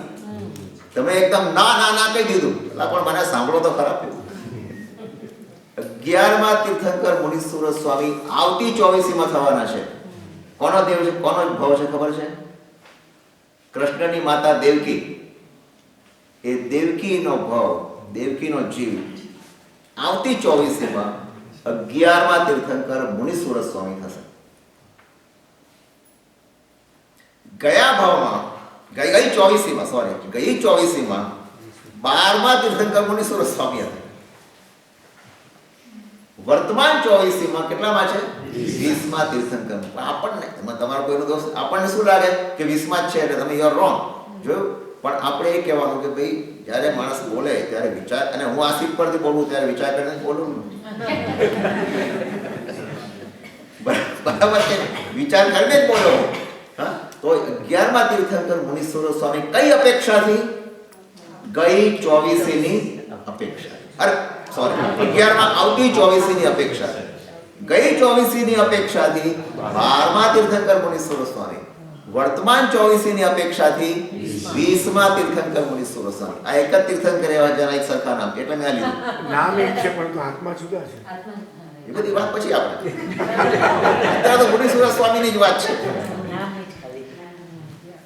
તમે જે આપણે જે સમજીએ ને એ સમજીએ છે, એમાં પણ અપેક્ષા એ ત્રણે સાચી. હવે એ વ્યક્તિ ને એ બધું અલગ અલગ વાત છે. તો ખાલી નામની મદદથી જ આપણે. એટલે હવે આ નૈગમ ન્યાય થયો. નૈગમ ન્યાય એ શું કરે છે? ભૂતકાળનું ભવિષ્ય વર્તમાનમાં, અથવા તો ભવિષ્યકાળનું વર્તમાનમાં એ ઉપચાર, એનો શું કહેવાય, આગળ કરી અને એનો સંકલ્પ કરે. હવે આ ઉપચારથી મેં તમને કીધું. હવે અંશથી બતાવું તમને. અંશ એટલે ફ્રેક્શન. તમે એક નાનકડી વાત કરો ને, તમને આખો ખ્યાલ આવી જાય. પૂર્ણમાં ઉપચાર આપણે બોલીએ છીએ, અંશનો પૂર્ણમાં ઉપચાર કરવો, એ પણ નહીં ગમે. તમને એક દાખલો આપો. તમારો ઘણા બધા અનુભવ હશે. તમે ગાડી ચલાવો છો, એક અકસ્માત થયો અને જરાક આગળનું ફેન્ડર એવું બેન્ડ થઈ ગયું કે પેલો કે હવે આ ગાડીને લઈ જવાય નથી. બધું સારું છે પાછળ, પણ તમે કહો ગાડી ટોટલ થઈ ગઈ. શું થઈ ગયું? ટોટલ. હવે ટોટલ થઈ ગઈ એના 3-4 એનો અર્થ એવી થાય કે આખી ગાડી ખલાસ થઈ ગઈ. આગળનું જેવું થઈ ગયું છે, ખર્ચો એટલો બધો આવે છે એટલે પેલો ત્યાંના ટોટલ કરી નાખે. ચાલો એ વાત જવા દો, હજુ તમને એ થાય છે. બહેનોને વાત કરું, તમારે કોઈક જગ્યાએ એકદમ જાઓ છો તમે લગ્નમાં, અને એક ઉપરથી ક્યાં તો કબૂતરનું ચર્ક્યું તમારા સાડી ઉપર. હા, તો તમે શું કહો? મારી સાડી બગાડી નાખી. પણ સાડીનો ખાલી એક ભાગ જ જરાક ઉપર ચર્ક્યું છે, તો તમે શું કીધું? આખી સાડી મારી બગાડી. એટલે અંશનો પૂર્ણમાં ઉપચાર કરવો એક નાની વસ્તુ છે, પણ તમે પૂર્ણમાં ઉપચાર કરો એ શું થયો? એ પણ નૈગમ. એ નૈગમ એનો જ એક ભાગ છે. ઘણી વખત નથી બનતું, લેડર ઉપરથી માણસ પડે ને એટલે શું કે મરી ગયો. પણ મરી ગયો તો પછી તો બોલી કેવી રીતે શકે કે હું મરી ગયો? જે માણસ એમ કે મરી ગયો એ કેવી રીતે બોલે? એને તો ખાલી પગ જ ભાગ્યો છે એને, પણ કે મરી ગયો આવી રીતના કહે. હવે ધંધામાં 5,000 નુકસાન થયું કે આ માણસ સાફ થઈ ગયો. અને હીરા બજારમાં તો અરવિંદભાઈ શું કહેશો? ઉઠી ગયો. આ તો ઉઠાડી જ દેશે જરા તો ઉઠી ગયો પેલો. હવે જરાક એને નુકસાન થયું. જૂના કાળમાં તો બિચારો એટલો શરમાય ને 5-25 હજારનું જરાક જે એને થઈ ગયું આડો ઓલું કરી નાખ્યું હતું. હવે તો બધું કોમન થઈ ગયું છે. પ્રિયદર્શનાનો દાખલો છે ને. હા, પ્રિયદર્શના. પેલો અંગારો નાખ્યો છે એટલે કે મારી સાડી પડી ગઈ. હા, પ્રિયદર્શનાના ભગવાનની દીકરી જ પ્રિયદર્શના. એને આ પુરવાર કરવું છે એટલે એના ઉપર શું થયું, એ સાડી સુકાતી હતી, એના ઉપર કોઈએ પેલા કુંભાર એને પાઠ શીખવાડે છે. એ કુંભાર એવી રીતે કરે છે, એક તણખો ઉડીને પડ્યો અને પેલા સાડીમાં કાણું પડી ગયો. પ્રિયદર્શના કે મારી સાડી બળી ગઈ. પણ સાડી ક્યાં બળી છે, હજુ તો ખાલી કાણું જ પડ્યું છે. પણ એને કયાથી નૈગમ નથી કીધું, પણ અંશથી, અંશનું નુકસાન ને એને પૂર્ણ કહી દીધું. એટલે અંશનો પૂર્ણમાં ઉપચાર કરવો. પણ સ્ટોરી તો ઘણી લાંબી છે, એમાં એને પાઠ શીખવાડવો છે. કારણ કે એને કહ્યું હતું ને, કડે માને કડે, કર્યું ત્યારે જ કર્યું કહેવાય. જમાલીનો પણ એક્ઝામ્પલ આવે જ ને. જમાલીનો પણ એક્ઝામ્પલ જમાલી ન આવે, જમાલી ન આવે. ઘણા છે બધા. હવે ત્રીજો છે આ અંશ. હવે ઉપચારમાં આપણે ઘણી વખત શું કહીએ, એ પણ ભૂતકાળનો ભવિષ્યમાં કરવું, ભવિષ્યનો ભૂતકાળમાં કરવું. એ કઈ રીતે? દિવાળીના દિવસે આપણે પેલું ભગવાન મહાવીર નિર્વાણ પામ્યા કહીએ છીએ. આપણે શું કહીએ છીએ કે દિવાળી આજે હોય તો આપણે શું કહીએ કે આજે ભગવાન મહાવીર નિર્વાણ પામ્યા. ભગવાનને નિર્વાણ તો કેટલા વર્ષો થઈ ગયા? 2600 ઉપર વર્ષ થઈ ગયા. તો આપણે શું કહીએ છીએ? આજે. એટલે ભૂતકાળમાં જે ઘટના બની એને તમે આજે જાણે કે બની ના હોય એવું તમે રહો છો. એટલે ભૂતકાળનો વર્તમાનમાં ઉપચાર કરવો એ નૈગમના ઉપચારથી કહેવાય. કોઈ આવ્યું હોય આપણા ઘરે અને દૂધ ઉકળતું હોય ને આપણે કહીએ કે શું થઈ રહ્યું છે, કે દૂધપાક બનાવે છે. દૂધપાક બનાવે છે, હજુ તો દૂધ ઉકળે છે, હજુ કશું થયું નથી, પણ કહીએ શું? દૂધપાક બનાવે છે. એટલે દૂધપાક ભવિષ્યમાં બનવાનો છે, પણ એનો ઉપચાર વર્તમાનમાં કરે છે. દૂધપાક બનવાનો છે ભવિષ્યમાં, પણ વર્તમાનમાં કહે છે. એટલે શું થયું?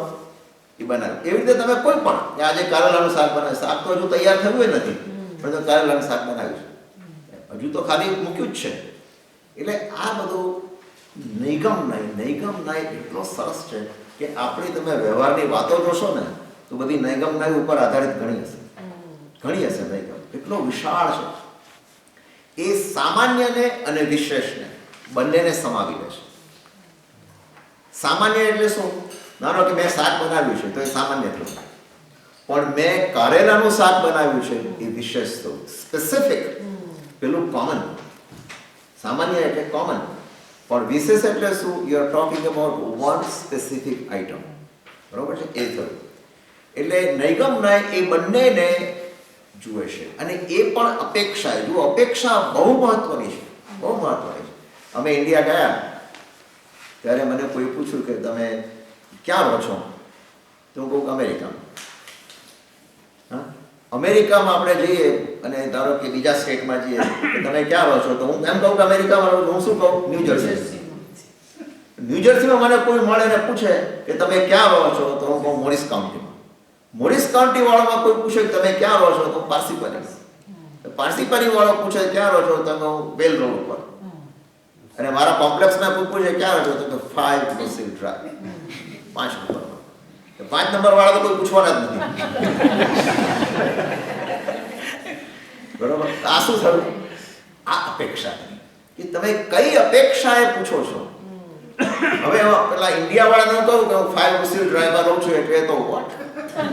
આપણી સામે આમ જોયા કરશે કે શું આ કયા દેશની વાત કરે છે, ખબર જ ના પડે તમે. એટલે જ્યાં જે બોલાતું હોય ત્યાં બોલાય, પણ બધા સાચા, બધા જવાબ સાચા છે. કારણ શું? તમે કઈ અપેક્ષાથી બોલો છો. એટલે અહીંયા આગળ મેં આ ગીત ગાયું હોય, તમે આજે ગાયો, તમે બહાર જઈને ચંદ્રકાંત ફિલ્મના ગીત ગાય છે સ્વાધ્યાયની, પતી ગયું, પછી તો ટોપ ઓફ ધ ટાઉન થઈ જવું સીધો. હા, પણ જ્યારે તમે અપેક્ષાથી જુઓ છો કે આ તત્વદ્રષ્ટિ સમજાવવા માટે એમણે આ દાખલો આપ્યો, જે સરળ છે, જે આપણા જીવનમાં ઉપયોગી છે, એ દ્રષ્ટિ જોવાની રહી. એ દ્રષ્ટિએ જુઓ કોની અપેક્ષાએ તમે પહોંચે એ મહત્વનું છે. આ થયો નૈગમ નાય. નૈગમ નાય ઉપર કોઈ ક્વેશ્ચન કરો? ક્લિયર છે? બરાબર? નૈગમ નાય 3 રીતે. એક કયો કહેવાય? પહેલો સંકલ્પ. બીજું અંશનો પૂર્ણમાં કહેવું એ, અને ત્રીજો ઉચ્ચાર. અને બીજો નય વિચારીએ કે જે પેલા સામાન્ય ને વિશેષ બે થયા ને, હવે બે ના બે ભાગ પડી જાય છે. તો સામાન્ય વાળો પણ કોઈક નય તો હોવો જ જોઈએ ને. સામાન્ય વાળો કોઈ નય હોય કે ના હોય, તો એ નય કયો છે ને કે છે સંગ્રહ નય. સંગ્રહ, ટુ કલેક્ટ, સંગ્રહ નય. અને એ નય શું કરે, દરેકની ઓળખાણ આપે પણ સામાન્ય રૂપે. દાખલા તરીકે હું એમ કહું કે અહીંયા આગળ બધા 55-60 જીવ બેઠેલા છે, તો જીવની અપેક્ષાએ પછી મારે કોઈ છૂટું પાડવાનું રહ્યું જ નહીં ને. બધા જીવ જ છો ને, તમે બધા જીવ છો. પણ હું એમ કહું કે 35 બહેનો છે અને 30 ભાઈઓ છે, તો શું થયું? એ વિશેષ થઈ ગયું. એ specific. You are becoming little bit more specific. સામાન્ય દ્રષ્ટિએ કેવું હોય તો આ ત્રસ જીવોને પણ જીવ કહેવાય, સ્થાવર જીવોને પણ જીવ કહેવાય, બરાબર? એટલે એ છૂટું પાડે એ જુદું થઈ ગયું. પણ સંગ્રહને શું કરે છે? બધાને ભેગા કરે છે, એકીકરણ કરે, to make it one unit. તમે એમ કહો કે આ મુગટ છે, ભગવાનનો મુગટ છે, હવે તમે સ્પેસિફિક નથી થયા તો સોનાનો છે કે ચાંદીનો છે, તો કયા નથી થયું? સંગ્રહ નથી, શું કહેવાય? મુગટ છે. તમે ડિટેલમાં ગયા જ નથી, મુગટ છે એટલું જ કીધું, બસ, બીજું કઈ નહીં. હવે તમે એમ કહો કે સબ્જી મંડીમાં શાક મળે છે, તો તમે શાક કયા મળે છે કીધું છે? નથી કીધું. તમે એમ કહો ભીણા મળે છે, કાકડી મળે છે, તુરિયું મળે છે, દૂધી મળે છે, બધા જાત જાતના શાક તમે કહો તો એ જરા વિશેષ થઈ ગયું. શાક મળે છે એ કીધું એટલે જનરલાઇઝ કર્યું તમે કે આ છે, બરાબર કે? તો એ સંગ્રહ નય. એટલે સંગ્રહ નય ઇઝ કોમન, જનરલ નય. અને હવે તમને એનાથી ઉલટું કરીએ, જે જુદા જુદા શાકભાજીના નામ આપીએ ને એને કહીએ વ્યવહાર નય. વ્યવહાર નય એટલે શું કે ભાઈ જે વ્યવહારિક છે એ જ સાચું ગણાય. જે નય એ વિશેષ તરફ દ્રષ્ટિ કરીને જુએ એને વ્યવહાર નય આપણે કહીએ. તમે કોઈ કહે કે શાક લઈ આવો, અને શાક લઈ આવો ને તમે જઈને એમ કહો કે ભાઈ મને તો યાદ ના આવ્યું શાક લેવાનું, મને તો કીધું છે પણ કયું શાક લાવવાનું? હવે તમે જે લઈ આવો એ કે ભાઈ ભીડા શું કરવા લાવ્યા? મેં તો આ નહોતું માન્યું, પણ નહોતું માન્યું ત્યારે કહેવું જોઈએ ને કે કયું લાવવાનું છે, કહેવું જોઈએ, સ્પેસિફિક થવું જોઈએ ને. અને ઘણી વાર તો ઘણા સ્પેસિફિક કહે છે તોય હરખું નથી લાવતું. એક મારો મિત્ર મને કહ્યું તો એવી રીતે કે મારા પત્નીએ ભીડા લેવા મોકલ્યો, હું કાકડી લઈને આવ્યો. કે પછી બીજી વાર એવું થયું કે હું ભાજી લેવાનું મને કહું, મેથી લઈને આવ્યો. એ ત્રીજી વાર તો મને સોંપ્યું જ નહીં. હાસ કે મારે શાક હવે મારે શાકભાજી લાવવાની જ નહીં. આ કિમિયો બહુ સારો છે, પણ એ તો જુદી વાત છે. પણ સ્પેસિફિક જ્યારે કે આ વસ્તુ લઈ આવો અને એ તમે લાવો બરાબર, એ તમે જુઓ કે આ ક્યાં મળે છે, આ સ્પેસિફિક છે, એ વિશેષ થયો. અને વિશેષ કહો એટલે વ્યવહાર, વિશેષ એટલે વ્યવહાર. ઇટ્સ એ ડિસ્ટ્રીબ્યુટિવ કે અથવા specific. You are talking about specific item. તમને દવા લેવી છે તમારે, બરોબર, અને તમે ઓવર ધ કાઉન્ટર મળે છે. હવે તમને જઈને ફાર્માસિસ્ટને પૂછો અને કહો મને ઓવર ધ કાઉન્ટર દવા આપો ને. એ બધા ફાર્માસિસ્ટ બેઠેલા છે, બધા હશે. નિરંજનભાઈ, ઓવર ધ કાઉન્ટર મને આપો, તમે શું કહેશો? કઈ તારે જોઈએ છે ઓવર? જરા બોલ તો ખરા પહેલા, પછી આપણે એને કહીએ સ્પેસિફિક. ભાઈ મારે એડવિલ જોઈએ છે કે વોટેવર, બરોબર. એટલે સ્પેસિફિક જ્યારે વાત કરે ત્યારે વ્યવહાર નહીં, પણ મને દવા આપો એ કહું થયું કરો સંગ્રહાલય જેવી વાત. સંગ્રહાલય છે જનરલાઇઝ કરે છે, જ્યારે આ સ્પેસિફિક છે. એવું આપણે બધે જ કહીએ. અરે તમે એ તો દૂધ લેવા જાઓ ને તોય આપણે તો પૂછવું પડે છે કે 1% કે 2% કયું લાવવું જ ભાઈ? Because you want to be specific. એટલે સ્પેસિફિકમાં એટલે નૈગમ નય શું કરે છે? એ સામાન્યનો પણ સ્વીકાર કરે છે અને વિશેષનો સ્વીકાર કરે છે, બંનેનો. નૈગમ નયથી બંને સાચું. સંગ્રહ નય શું કરે છે? સામાન્ય. અને પેલો વ્યવહાર નય સ્પેસિફિક, વિશેષ. કે તમે શું કહો છો એ જરા ક્લિયર કરો. હવે એક બે દાખલા બીજા લઈએ આપણે. આપણે એમ કહીએ કે 50 જણને જમવા બોલાવ્યા છે, બરોબર. અને પછી હું એમ કહું કે 50 ને બોલાવ્યા છે, એમાં 35 જૈન સેન્ટરના છે અને 15 બહારના છે. હવે 35 જૈન સેન્ટર અને 15 બહારના એ મેં કયા નથી કીધું? વ્યવહાર નથી. વ્યવહાર નથી. અને 50 ને બોલાવ્યા છે કયા નયથી કીધું? સંગ્રહ નય. હવે સંગ્રહ નય. બરાબર. મેં એમને દાખલો આપ્યો હમણાં કે તત્વાર્થ ક્લાસમાં 60 જણ આવે છે, એમાં 35 બહેનો છે અને 25 ભાઈઓ છે. દાખલો આપું છું. તે કયા નયથી કીધું? 35 જણને કીધું એ કયા નયથી કીધું? વ્યવહાર. અને જનરલ કીધું 60 જણ, એ શું કીધું? સંગ્રહ. એટલે સંગ્રહ અને વ્યવહાર એ બહુ મહત્વનું છે, એ એને છૂટું પાડતા. હવે ચોથો નય છે, પછી આપણે આખું સૂત્ર લઈએ. સૂત્ર તમને આખું બતાવું છું. ચોથો નય લઈએ. આ નય બહુ મજાનો નય છે. આ નય કહે છે ભૂલી જાઓ ભૂતકાળને, ભૂલી જાઓ ભવિષ્યકાળને. ક્યાં રહો તમે? વર્તમાનમાં જ રહો. એનું નામ છે રુજુ સૂત્ર નય. રુજુનો અર્થ સરળ. જે સરળ માણસ હોય છે બિચારા વર્તમાનની જ વાતો કરે છે. એ કે ભૂતકાળને બોલો, ભવિષ્યને બોલો. Forget it. Don't worry about the past. Don't worry about the future. Talk the present. એટલે વર્તમાનને જે ખાસ લક્ષ્યમાં રાખે એ શું કે? રુજુ સૂત્ર નય. એનું એક એક્ઝામ્પલ લઈએ આપણે. પ્રેસિડેન્ટ ઓબામા એ ઇલેક્ટ થયો, પ્રેસિડેન્ટ ઇલેક્ટ પહેલી વાર જ્યારે, હજુ એની સોગંદવિધિ થઈ નથી. તો રુજુ સૂત્ર શું કહે છે? He is not a president. He is not a president. નૈગમ ને કહેશે આ થવાનું છે. નૈગમ ને શું કહેશે? એ પ્રેસિડેન્ટ છે. તો પેલો રુજુ સૂત્ર કહે છે no, he is not a president. બંને સાચા. પેલો રુજુ સૂત્ર નથી વાત કરે છે, એ વર્તમાનને લક્ષ્યમાં રાખી એ કે મારે તો વર્તમાન જોઈએ. મને ભૂતકાળ અને ભવિષ્યની વાત જ નહીં કરો. ભૂતકાળમાં કોને જોવા બેઠું છે, ભવિષ્યમાં પણ શું થશે કોને ખબર? એ જ્યારે પ્રેસિડેન્ટ હોય એની ત્યારે જ હું એને કહું કે પ્રેસિડેન્ટ છે. ત્યારે જ કહેવાય. કોઈ માણસ પાસે અઢળક પૈસો છે તો એના દીકરાને પેલો નયગમ આ રુજુ સૂત્રને શું કહેશે? એનો દીકરાને શું કહેશે કે એ એટલો પૈસા વાળો નથી, હજુ તો ભણે છે. કોને ખબર છે? Is not. અત્યારે ભણી રહ્યો છે ને, વર્તમાનમાં ભણી રહ્યો છે. તમે એને એમ નહીં કહી શકો કે આ પણ પૈસા વાળો છે, એનો બાપ પૈસા વાળો છે, પણ એ નથી. એટલે રુજુ સૂત્રને હંમેશા વર્તમાનને જ જુએ. રાજકુમાર હોય એ ભવિષ્યમાં રાજા બનવાનો હોય તો એ શું કે રાજા છે ત્યારે જ કહેવાય, થાય ત્યારે જ હું કહું કે રાજા છે, એ સિવાય નહીં. એમ વર્તમાનમાં જ્યારે વાત કરો ને એ જ ગણાય. વર્તમાન સિવાય બીજું કોઈ વાત નહીં. એક વખત એક મજાની વાત મને યાદ આવી.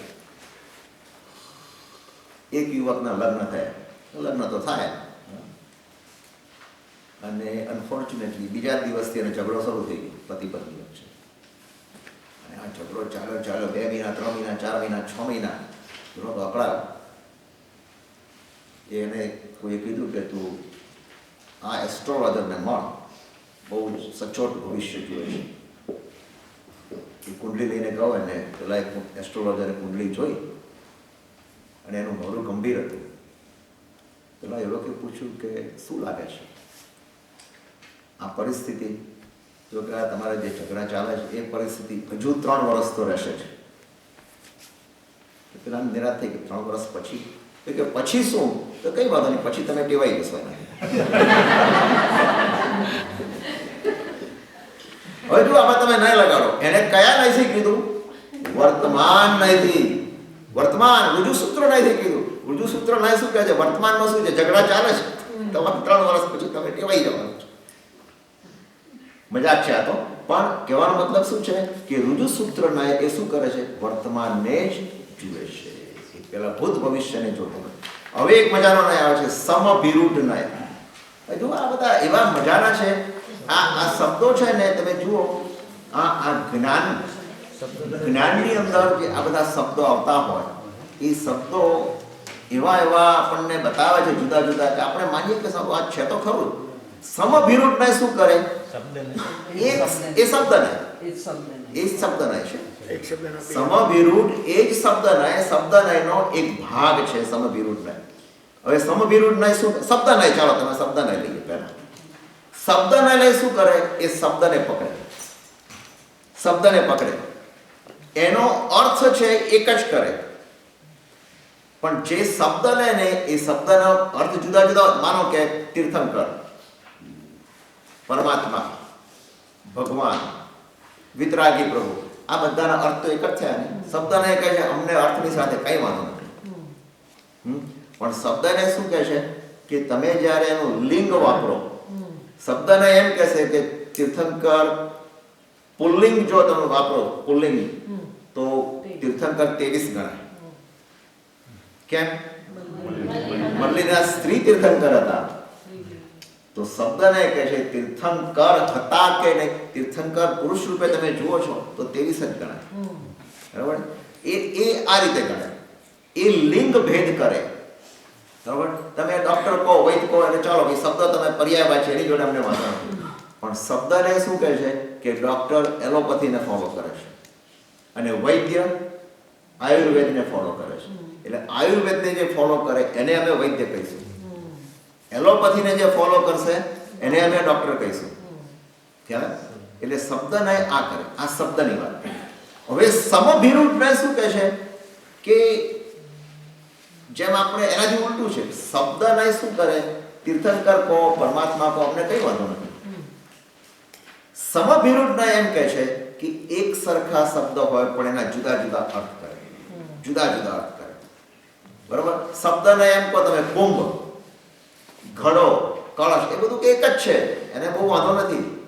પણ સમભિરૂઢને કહેશે કુંભમાં આમ થાય, કળશમાં આમ થાય, ઘડો તો આ ભરવા માટે વપરાય. બરોબર? એના જુદા જુદા અર્થ કરે. સાધુ કહો, મુનિ કહો કે ત્યાગી કહો, આમ જુઓ શબ્દ તો એક જ છે ને. આ ફલાણા સાધુ છે, આ મુનિ છે, આ ત્યાગી છે, બધા એક જ છે. જ્યારે આ સમવિરુદ્ધ વાળો કહેશે ના, દરેકના અર્થ જુદા જુદા છે. બહુ બહુ ફાઇન લાઈન દોરી છે, સરસ મજાની. એ ફાઇન લાઈન શું દોરી?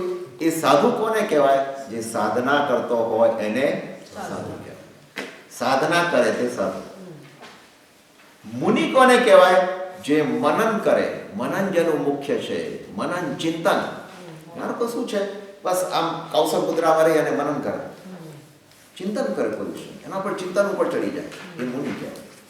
અને ત્યાગી કોને કહેવાય? જ્યાં ત્યાગ મુખ્ય છે, તપ, તપસ્વી, ત્યાગી, એ મુનિ કહેવાય. એટલે આ બધું કેવું છે? શબ્દ ઉપર છે. શબ્દના અર્થ જુદા જુદા કરે પણ દરેકની અંદર આટલો આટલો ફેરફાર પડી જાય. એ રાજા કહેવાય કે જે બાદશાહી ઠાઠ અને રાજા કહેવાય. ભૂપ કોને કહેવાય? ભૂપનો અર્થ પણ શું થયો? રાજા. ભૂપ પણ રાજા કહેવાય, પણ જે ભૂમિ ઉપર જે રાજ કરતો હોય એને રાજા કહેવાય. તો નૃપ કોને કહેવાય? નૃપ એટલે પણ રાજા, જે માણસો ઉપર પાવર રાખે, માણસોને રાજ કરે, માણસો ઉપર, એને રાજા કહેવાય. જુઓ આ કેવું છે? સમભિરૂઢ ના એ પણ થોડું જુદો પડી જાય છે.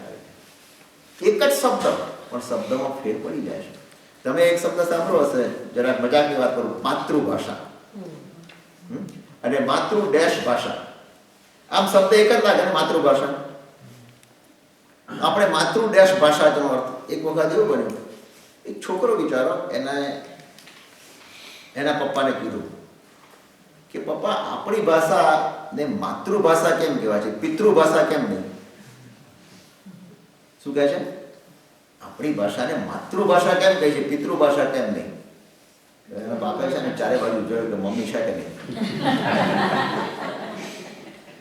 જોઈને પછી કહે છે કે જો દીકરા, મને લગ્ન થયા 25 વર્ષ થયા, આ 25 વર્ષમાં તારી માં ઘરમાં હોય ત્યારે હું શબ્દ બોલતો નથી, મારું કઈ ચાલતું નથી, કે મારું કઈ ચાલતું નથી, બરોબર? મને બોલવાનો ચાન્સ જ મળતો નથી. અને કોને ચાન્સ મળે છે? માને ચાન્સ મળે છે. માટે માને માતૃ કીધું, માતૃભાષાથી.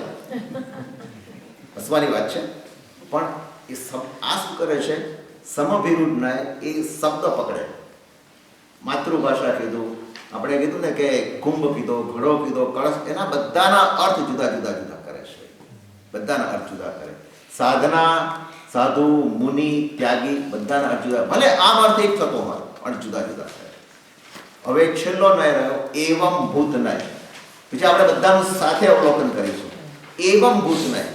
એવમ ભૂત શું કરે છે? એ શબ્દના અર્થને પકડે છે. શબ્દના અર્થને પકડે. એ એમ કહે છે કે ભાઈ એક્ટર ક્યારે કહેવાય? એ જ્યારે એક્ટિંગ કરતો હોય ત્યારે જ એક્ટર કહેવાય. એ સ્ટેજ પરથી બહાર આવી ગયો એક્ટિંગ કરશે પછી એ એક્ટર નથી. એવમ ભૂત એમ કહે છે અત્યારે એક્ટર નથી. ડાન્સર ક્યારે કહેવાય? ત્યારે ડાન્સ કરતો હોય કે ડાન્સ કરતી હોય ત્યારે ડાન્સર કહેવાય. બરોબર? સ્વાભાવિક છે. પ્રોફેસર ક્યારે કહેવાય? ક્લાસમાં લેક્ચર આપતા હોય ત્યારે પ્રોફેસર કહેવાય, એ સિવાય નહીં. તો એની પણ વાત સાચી છે, એવમ ભૂત પણ સાચું જ છે. માની લો કે એક તમે ગાડી ફાસ્ટ ચલાવો છો, ઓફ ડ્યુટી પોલીસમેન બહાર ઊભો છે, પોલીસની વર્દીમાં નથી, ઓફ ડ્યુટી છે. હવે તમને ટિકિટ આપશે? નહીં આપે, કારણ કે અત્યારે કે તું પોલીસ નથી. આપણે કે is not a police, is not on duty. તો એ ક્યારે આપે? કે જ્યારે પોતાના ડ્રેસમાં હોય, પોતાના પહેરવેશમાં હોય, એ કરતો હોય પેટ્રોલિંગ, એ વખતે એ પોલીસ કહેવાય. ડ્યુટી કરતો એ વખતે જ પોલીસ કહેવાય. આ એવમ ભૂતને એટલે, અને એ આપણા અમેરિકાની અંદર સાચું છે. તમે વિચાર કરો, તમે કંપનીના પ્રિમાઇસીસ પર તમને કોઈ ઈજા થઈ તો ઇન્સ્યોરન્સ તમારો કવર થાય. પણ તમે જેવી ગાડી તમારી બહાર નીકળી ગઈ અને બહાર જઈને તમને કઈ ઈજા થઈ, then you are on your own, right? છે કે નહીં? આવું તમને કંપનીના પ્રેમાઇસીસમાં બિલ્ડિંગમાં કંઈક વાગ્યું તો કે ભાઈ આ કંઈક આને કારણે આમ થયું, job related, because you are working there. એટલે એવમ ભૂતના એ શબ્દના અર્થને પકડે. અર્થ મીન્સ કે એક્ટર એક્ટિંગ કરતો હોય, એ એક્ટિંગને એને પકડ્યું. પ્રોફેસર ભણાવતા હોય, એ લેસનિંગ ટીચિંગ એને પકડ્યું. પોલીસમેનને પણ જ્યારે ડ્યુટી પર હોય તો ડ્યુટી એને પકડ્યું, એ શબ્દને પકડે. એ શબ્દને બરાબર એના અર્થને પકડે, શબ્દને નહીં એના અર્થને પકડે. એ નય કહો કહેવાય એવમ ભૂત નય. એવમ ભૂત, બરોબર? એવમ ભૂત નય. તો આ બધા નય ને એક સાથે હવે આપણે જોઈએ એટલે આપણું કામ પતી ગયું. એક સાથે જોવા છે ને, બતાવી દો.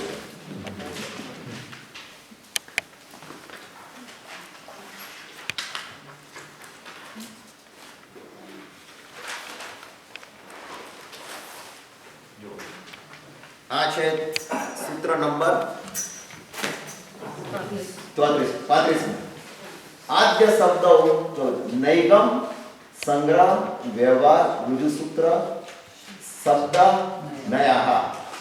આદ્ય શબ્દો દ્વિત્રિભેદો. એમાં શું કહે છે? આદ્ય, આદ્ય એટલે પહેલું. આદ્ય એટલે પહેલું. તો પહેલો નય કયો છે? નૈગમ. તો નૈગમના દ્વિ એટલે બે ભેદ છે, બરાબર? એટલે સામાન્ય અને વિશેષ બે થયા ને. આપણે કહ્યું હતું ને, સામાન્ય અને વિશેષ. અને શબ્દ, શબ્દના કયો છે? આ બધામાં છેલ્લો. તો છેલ્લાના એના કેટલા ભેદ છે? ત્રિભેદ. આ જુઓ ઉમાસ્વાતીજીની આ સ્ટાઇલ છે.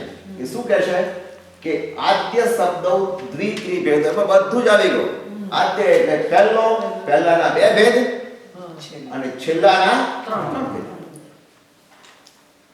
અને એનું પાછું કેમ આ પહેલો છેલ્લો કેમ કર્યું એનું પણ રહસ્ય છે. જુઓ, પહેલા એની દરેકની વ્યાખ્યા સમજી લઈએ આપણે ટૂંકાણમાં. હવે વિસ્તાર નથી કરતા બહુ.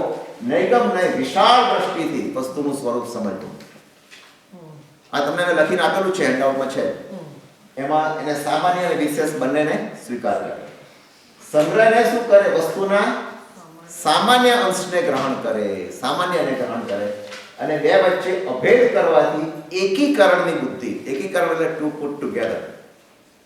એ કઈ જુદા જુદા શાકભાજી નહીં, અહીંયા શાક મળે છે, પતી ગયું, વાત ફિનિશ થઈ ગઈ, બરોબર? અને વ્યવહારને શું કહે છે? વિશેષ તરફ દ્રષ્ટિ કરીને વસ્તુને જુદી જુદી માને. કે કાકડી મળે છે, ભીંડા મળે છે, આ મળે છે, તે મળે. એ જુદી જુદી વસ્તુ તમે સેપરેટ કરીને, ગ્રોસરી સ્ટોર હોય બધું જ મળે એવું નથી. તમારે સ્પેસિફિક શું જોઈએ છે એ જે વાત કરે છે એ વ્યવહારમાં, બરોબર? અને રુજુસૂત્રના હવે આ ત્રણ, આ નૈગમ નયના બે ભેદ થઈ ગયા, સંગ્રહ અને વ્યવહાર. હવે શબ્દ નયના આગળ અહીંયા આગળ ચાર ભેદ, ત્રણ ભેદ આવે છે, દ્વિત્રિભેદો. આ એક કીધો છે રુજુસૂત્રના એ વસ્તુની વર્તમાન અવસ્થાને સ્વીકારે છે. મેં તમને કીધું રુજુસૂત્ર સરળ, બહુ સરળ. એ પ્રેઝન્ટને જ જુએ છે અને પાસ્ટને એનું કરવું. તો શબ્દ નયના ત્રણ ભેદ, સાંપ્રત, સમભિરૂઢ અને એવંભૂત. આ સાંપ્રત ગણો કે શબ્દ ગણો, ચોપડીમાં છે ને બુકમાં આ લોકો ઘણીવાર સાંપ્રત શબ્દ વાપરે છે, ઘણીવાર શબ્દ વાપરે છે. એક જ છે, એમાં કોઈ ડિફરન્સ નથી. એ પર્યાયવાચી શબ્દોના અર્થભેદ ન કરે. મેં તમને કીધું ને, ઘડો, કુંભ, કળશ બધું એક જ હોય. બધું એના જુદું જુદું ભેદ નથી કરતા. કાળ ભેદ હોય, લિંગ ભેદ હોય, એ બધું હોઈ શકે. તો પેલા સમભિરૂઢ શું કરે છે? એક જ પર્યાયવાચી શબ્દના ભેદ કરે છે. એ નૃપનો અર્થ જુદો કરે, ભૂપનો અર્થ જુદો, રાજાનો અર્થ જુદો, આમ બધું એક જ ગણાય. એવમ ભૂત શું કરે છે? શબ્દની ક્રિયાને પકડે છે. શબ્દની ક્રિયાને. એ કહે છે કે ગાયક જ્યારે ગાતો હોય ત્યારે સિંગર કહેવાય, એક્ટિંગ કરતો હોય ત્યારે જ એક્ટર કહેવાય, રસોઈયો જ્યારે રસોઈ કરતો હોય ત્યારે જ એને રસોઈયો કહેવાય, બહાર નીકળે એટલે નહીં. પેલો ડ્રાઈવર ડ્રાઇવિંગ કરતો હોય ત્યારે જ ડ્રાઈવર કહેવાય. આ બધું તમે ઘણા એક્ઝામ્પલ અસંખ્ય લઈ શકો. એ નાયકાઓ એવમ ભૂત નાય. હવે જુઓ, આ જે છે ને એ બહુ ડિટેલ્સમાં જાય છે, એટલે પર્યાયવાચી કહેવાય. પર્યાયાર્થિક નાય. આ બધા નાય રુજુ સૂત્ર એ પણ specific. You look at the present, તો એ પર્યાયવાચી વર્તમાનના પર્યાયને જ જુએ છે. બરોબર. સાંપ્રત નાય તો પર્યાયવાચી શબ્દોના અર્થના ભેદ નથી કરતો, સમભિરૂઢ ભેદ કરે છે. એવમ ભૂત એની ક્રિયાને પકડે છે. આ બધા પર્યાયવાચી. આ દ્રવ્યાર્થિક નાય કહેવાય. પહેલા ત્રણ દ્રવ્યાર્થિક એટલે નૈગમ બહુ વિશાળ દ્રષ્ટિ છે, સામાન્ય અને વિશેષ. દ્રવ્યાધિક એટલે દ્રવ્યાર્થિક નાય, એક પર્યાયાર્થિક નાય. એ પ્રમાણે તમે એક્ઝામ્પલ આપી શકો. અને અહીંયા છેલ્લે આપણે આખું એક સાથે જોઈ લઈએ.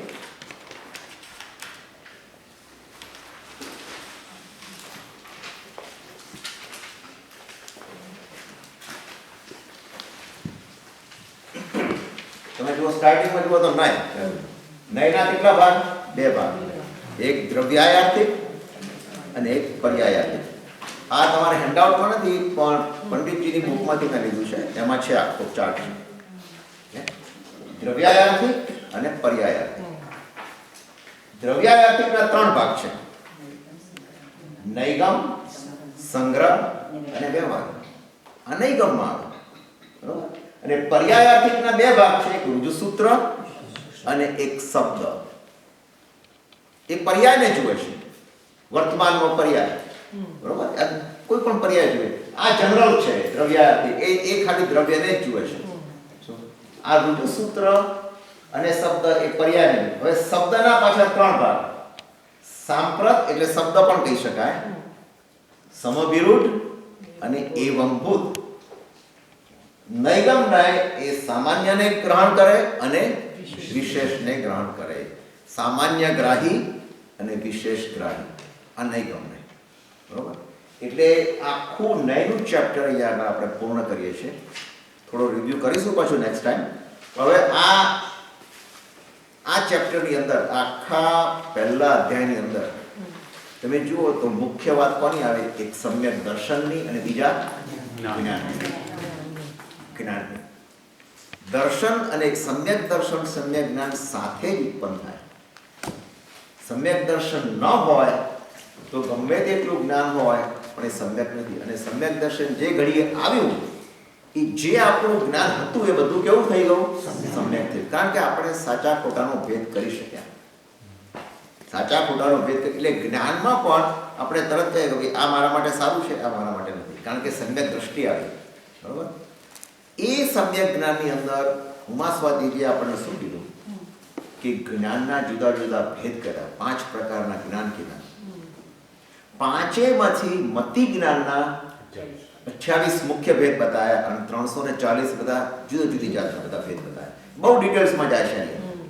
આપણે જવાની જરૂર નથી. આપણે 28 સુધી જ ખાસ પણ તમને ડિટેલ સમજાવ્યું છે કેવી રીતે થયું. બરાબર. એટલે એ બતાવ્યું. બરાબર. અને એમ કહીને પછી આપણે કીધું કે આ બધાનો અર્થ શું છે? તો કીધું તમારા વ્યવહારિક જીવનની અંદર આપણે આ જુદી જુદી અપેક્ષાઓથી વાત કરીએ છીએ. અને જો એકબીજાને સમજીએ નહીં તો આપણા મનની અંદર એક થાય છે કે આ કેમ આવું બોલે છે? આપણને મનમાં એમ થાય ને, મેં તમને તરત કીધું મુનિ સુરત સ્વામી 11 બધા મારા પર તૂટી પડ્યા. 11માં મુનિ સુરત સ્વામી, અરે ભાઈ મારે બોલવું નતું હોય ભવિષ્યની 24ના, પણ એ અપેક્ષા, કઈ અપેક્ષાથી તમે વાત કરો છો? એ રીતે તમે જુઓ તો એ માણસ જો સમજે તો ઉમાસ્વાદીજી કહે છે કે આ વિશ્વની અંદરના ઝઘડા બધા કેટલું પ્રેક્ટિકલ છે. આ વિચાર કરો, આ નયની વાત. અને નય ઉપરથી આખો એકાંતવાદ ઉત્પન્ન થયો કે તમે વસ્તુને તમે સર્વાંગી અવલોકન કરો. પછી તમે નિર્ણય ઉપર આવો. હા, કદાચ તમે નિર્ણય તમારો ડિસિઝન સાચું ન પણ હોય તો કેમ સાચું નથી એ તમે સર્વાંગી અવલોકન કરીને બતાવો કે આ ભૂલ થઈ ગઈ, આ બરાબર નહોતું, અથવા સાચું છે ના આ જ હોવું જોઈએ. કોઈ જે તમે ડિસિઝન લો પણ સર્વાંગી અવલોકન કરી લાવો તો એ નિર્ણય તમારો સાચો. તમે એને જળની જેમ પકડી રાખો કે ના આપણે આમ કર્યું તું માટે આજ કરવાનું, તો એ દુર્નય કહેવાય. એ કહો કહેવાય દુર્નય. કારણ કે તમે એકને ગૌણ કરી બીજાને તોડી નાખ્યો, એ દુર્નય થઈ ગયો. એટલે દુર્નય ના થવો જોઈએ એ ખાસ અહીંયા આગળ જોવાનું રહ્યું. હવે નિશ્ચય અને વ્યવહારની બધી વાત, જો નિશ્ચય અને વ્યવહાર બંને જરૂર છે. વ્યવહાર વડે નિશ્ચયની પ્રાપ્તિ થાય છે, નિશ્ચય વડે વ્યવહારની શુદ્ધિ થાય છે. તમે જુઓ ને, તમે આપણા બધા સંપ્રદાયો કેમ પડ્યા? સ્થાનકવાસી, દેરાવાસી, શ્વેતાંબર. સ્થાનકવાસી શું કહે છે? મૂર્તિ પૂજામાં નથી માનતા. એ સાચા છે એમની અપેક્ષાથી.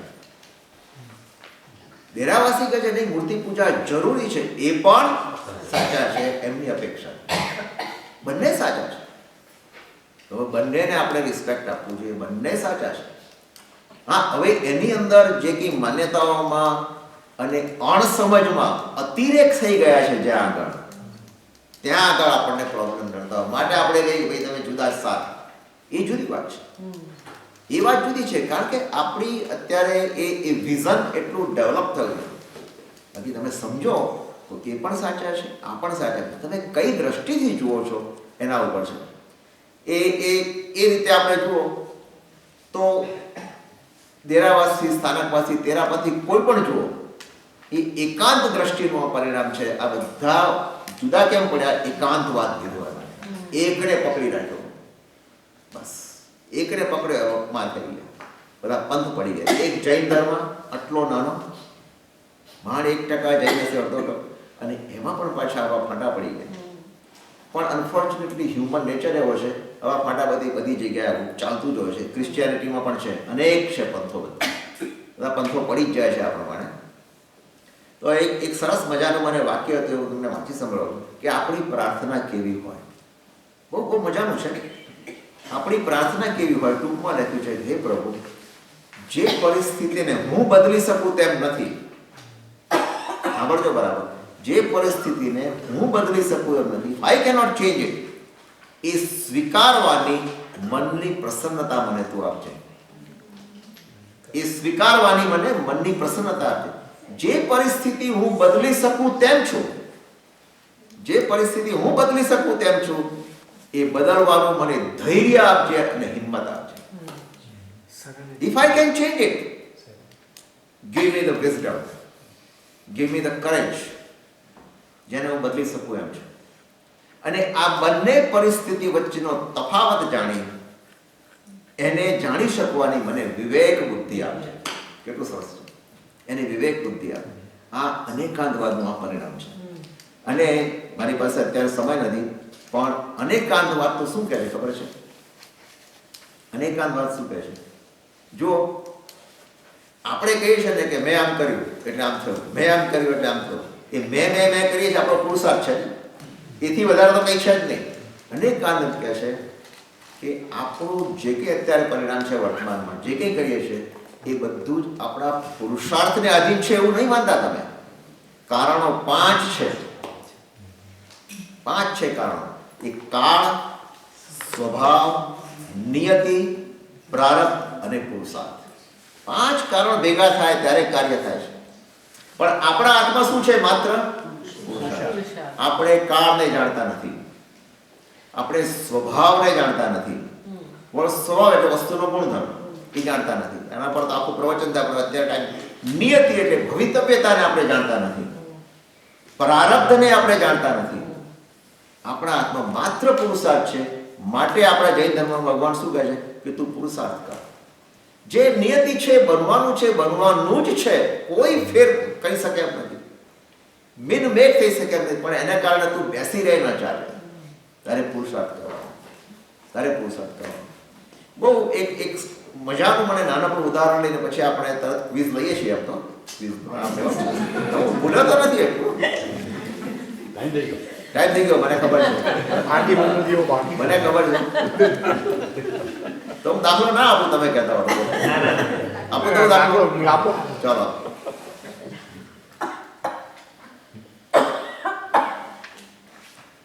એક કબૂતર ઝાડ ઉપર બેઠું હતું, બરાબર, અને એ ઉડતું હતું, સમજો, અને પેલો શિકારી આવે.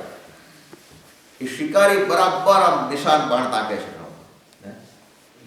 કે હું આને મારું અને લઈ લઉં. ઉપર પેલું બાજ પક્ષી ઉડે છે. એ બાજ પક્ષી પણ એને લેવા માટે ઝડપે છે, હું આને ઝડપી લઉં. બંને જણાની નજર કોના ઉપર છે? કબૂતર. હવે કબૂતરને કઈ ખબર નથી, એ તો બિચારો ઉડે છે, રાઈટ? એ એનો પુરુષાર્થ ચાલુ જ છે ઉડવાનો, એને કઈ ખબર નથી. પણ બને શું, જેવો પેલું બાણ તાકે છે ને એવામાં શિકારીને નીચેથી એક સાપ નીકળે છે, સર્પ. એ એને ડંખ મારે છે, એટલે પેલું તીર છૂટ્યું, અને તીર છૂટ્યું ને વાગ્યું કોને? પેલા ગરુડને વાગ્યું, બાજ પક્ષીને. એટલે શિકારી ગયો અને બાજ પક્ષી ગયો, અને પેલો કબૂતર શું બન્યું? નિયતિ હતી એની નિયતિ એટલે એનું જીવવાનું હતું નસીબમાં. એને પુરુષાર્થ ઉડવાનો કર્યો અને એને કઈ ખબર પણ નથી, પણ બચી ગયો. અને પેલા બેન, કારણ કે એ બેની નિયતિ આ હતી. એટલે આપણા આ બધામાં અનેકાંતવાદ છે. પાછું તમે વિચાર કરો ને આગળ ડીપમાં, તો અનેકાંતવાદ પણ છે આની અંદર. કે તમે જે દ્રષ્ટિથી તમે જે કરવા ગયા એ સક્સેસ ના ગયા. અને પેલી બાજુ એને બદલે કંઈક બીજાને જ એનું થઈ ગયું, પરિણામ મળ્યું. મેં કીધું પેલો પથ્થર મારો અને પેલો જે ગાળો હતો એ સાચો થઈ ગયો, એને પથ્થર વાગ્યો હતો. તમારો ભાવ હતો મારવાનો, પણ પેલો બચી ગયો એટલે સારો થઈ ગયો. એટલે એ દ્રષ્ટિ, સાપેક્ષ દ્રષ્ટિ. આપણે કહીએ પેલો જે સારો થઈ ગયો શું કહે છે? Thank you for throwing at me stone. આપણે બહુ વાર તો આવું ના કહીએ ને, પણ પેલા તો કેવું પડે. એટલે પેલા એ પોઈઝન શબ્દ વાંચ્યું બોટલ ઉપર અને થયું કે આ મને મારવા માંગે છે. તું પોઈઝન પણ બીજા. બરાબર ખ્યાલ આવે બધાને અનેકાંતવાદનો? તો હવે આપણે એક કામ કરીએ છીએ, આ તમને ભવિષ્યની વાત, એટલે આવતા સોમવારે આપણે મળવાના છે. આવતા સોમવારે હું તમને એક 30-40 જે તમારા રિવ્યુ ક્વેશ્ચન મોકલી આપીશ. પહેલો અધ્યાય પૂર્ણ થાય છે, એના રિવ્યુ ક્વેશ્ચન મોકલી આપીશ. તમારી બધી નોટ્સ જોઈને, અને તમારી પાસે ઘણી બધી વસ્તુઓ છે, સાંભળવાની છે, આ છે, તે છે, જોવા, એ બધું કરીને જે કંઈ કરવું હોય એ તમે બધા એના રિવ્યુ ક્વેશ્ચન કરી લો. નેક્સ્ટ ટાઈમ આપણે રિવ્યુ કરશું. થોડી ઘણી જસ્ટ બીજા અધ્યાયનું તમને ખાલી આઈડિયા જ આપીશ, વધારે નહીં જોઉં. ને પછી પહેલા અધ્યાયની એક્ઝામ લઈ લઈશું. રિવ્યુ ક્વેશ્ચન ઉપર જ બેઝ છે. You don't have to worry about. હા, સોમવાર. એનું કારણ શું છે કે એનું કારણ કે પછી છે ને આઈએમપી લોડીના 10 દિવસ આવે છે. એટલે એ બ્રેક પછી આપણે સ્ટાર્ટ કરીએ છીએ અધ્યાય નંબર 2. અધ્યાય નંબર 2 મારે 4 પૂરા કરવા છે. તમે બધા હોશિયાર છો, બધું સાંભળ્યું પછી હવે નહીં વાત. અને આ review questions are easy, don't worry about it. બરાબર? આ એક્ઝામ ઓપન બુક એક્ઝામ છે. તમારા માટે ઓપન બુક. તમારા માટે ઓપન બુક. ચાલો આપણે કોઈ વોલન્ટિયર પ્લીઝ પાસ ઓન. ભાઈઓમાં અને બહેનોમાંથી કોઈ વોલન્ટિયર કહેશે નહીં, આગળ આપી દેજો. આ એક્ઝામ છે ને, આ ટેસ્ટ છે 1-20 થી 1-32 સુધીનો છે. એ તમે લઈ લો અત્યારે. અને ગુડ ન્યૂઝ છે કે ગયા વખતનું જે એક્ઝામ હતું એમાં ટેસ્ટમાંથી મેં તમને આપ્યું કે નહીં, એનાલિસિસ નહીં આપ્યું નહીં?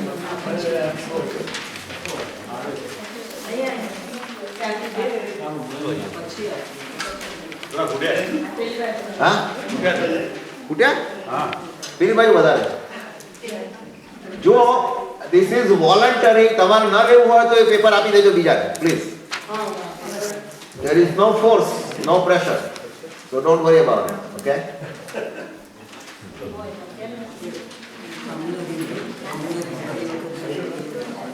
Check.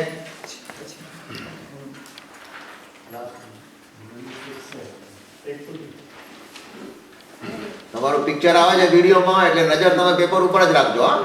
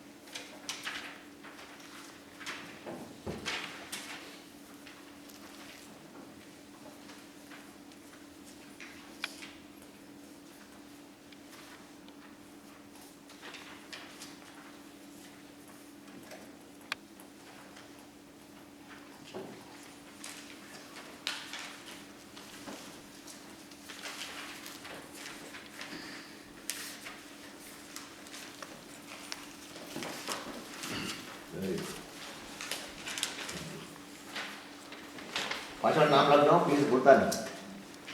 પાછળ તમારું ઉપર જ છે. ના ના ઉપર લખશો તો વાંધો નથી, પણ પાછળ લખજો એટલે શું છે કે એ રીતે પાછું આપી દેવા તમને. અને ફોલ્ડ કરીને આપજો મને. બસ ફોલ્ડ કરી અને પાછળ મને આપો.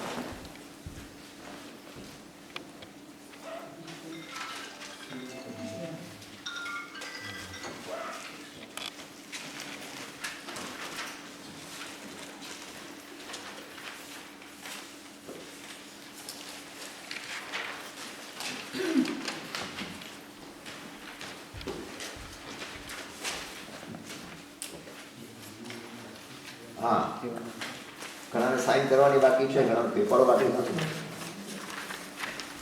ઠીક છે ને? તો તમને આપવાનું. Thank you.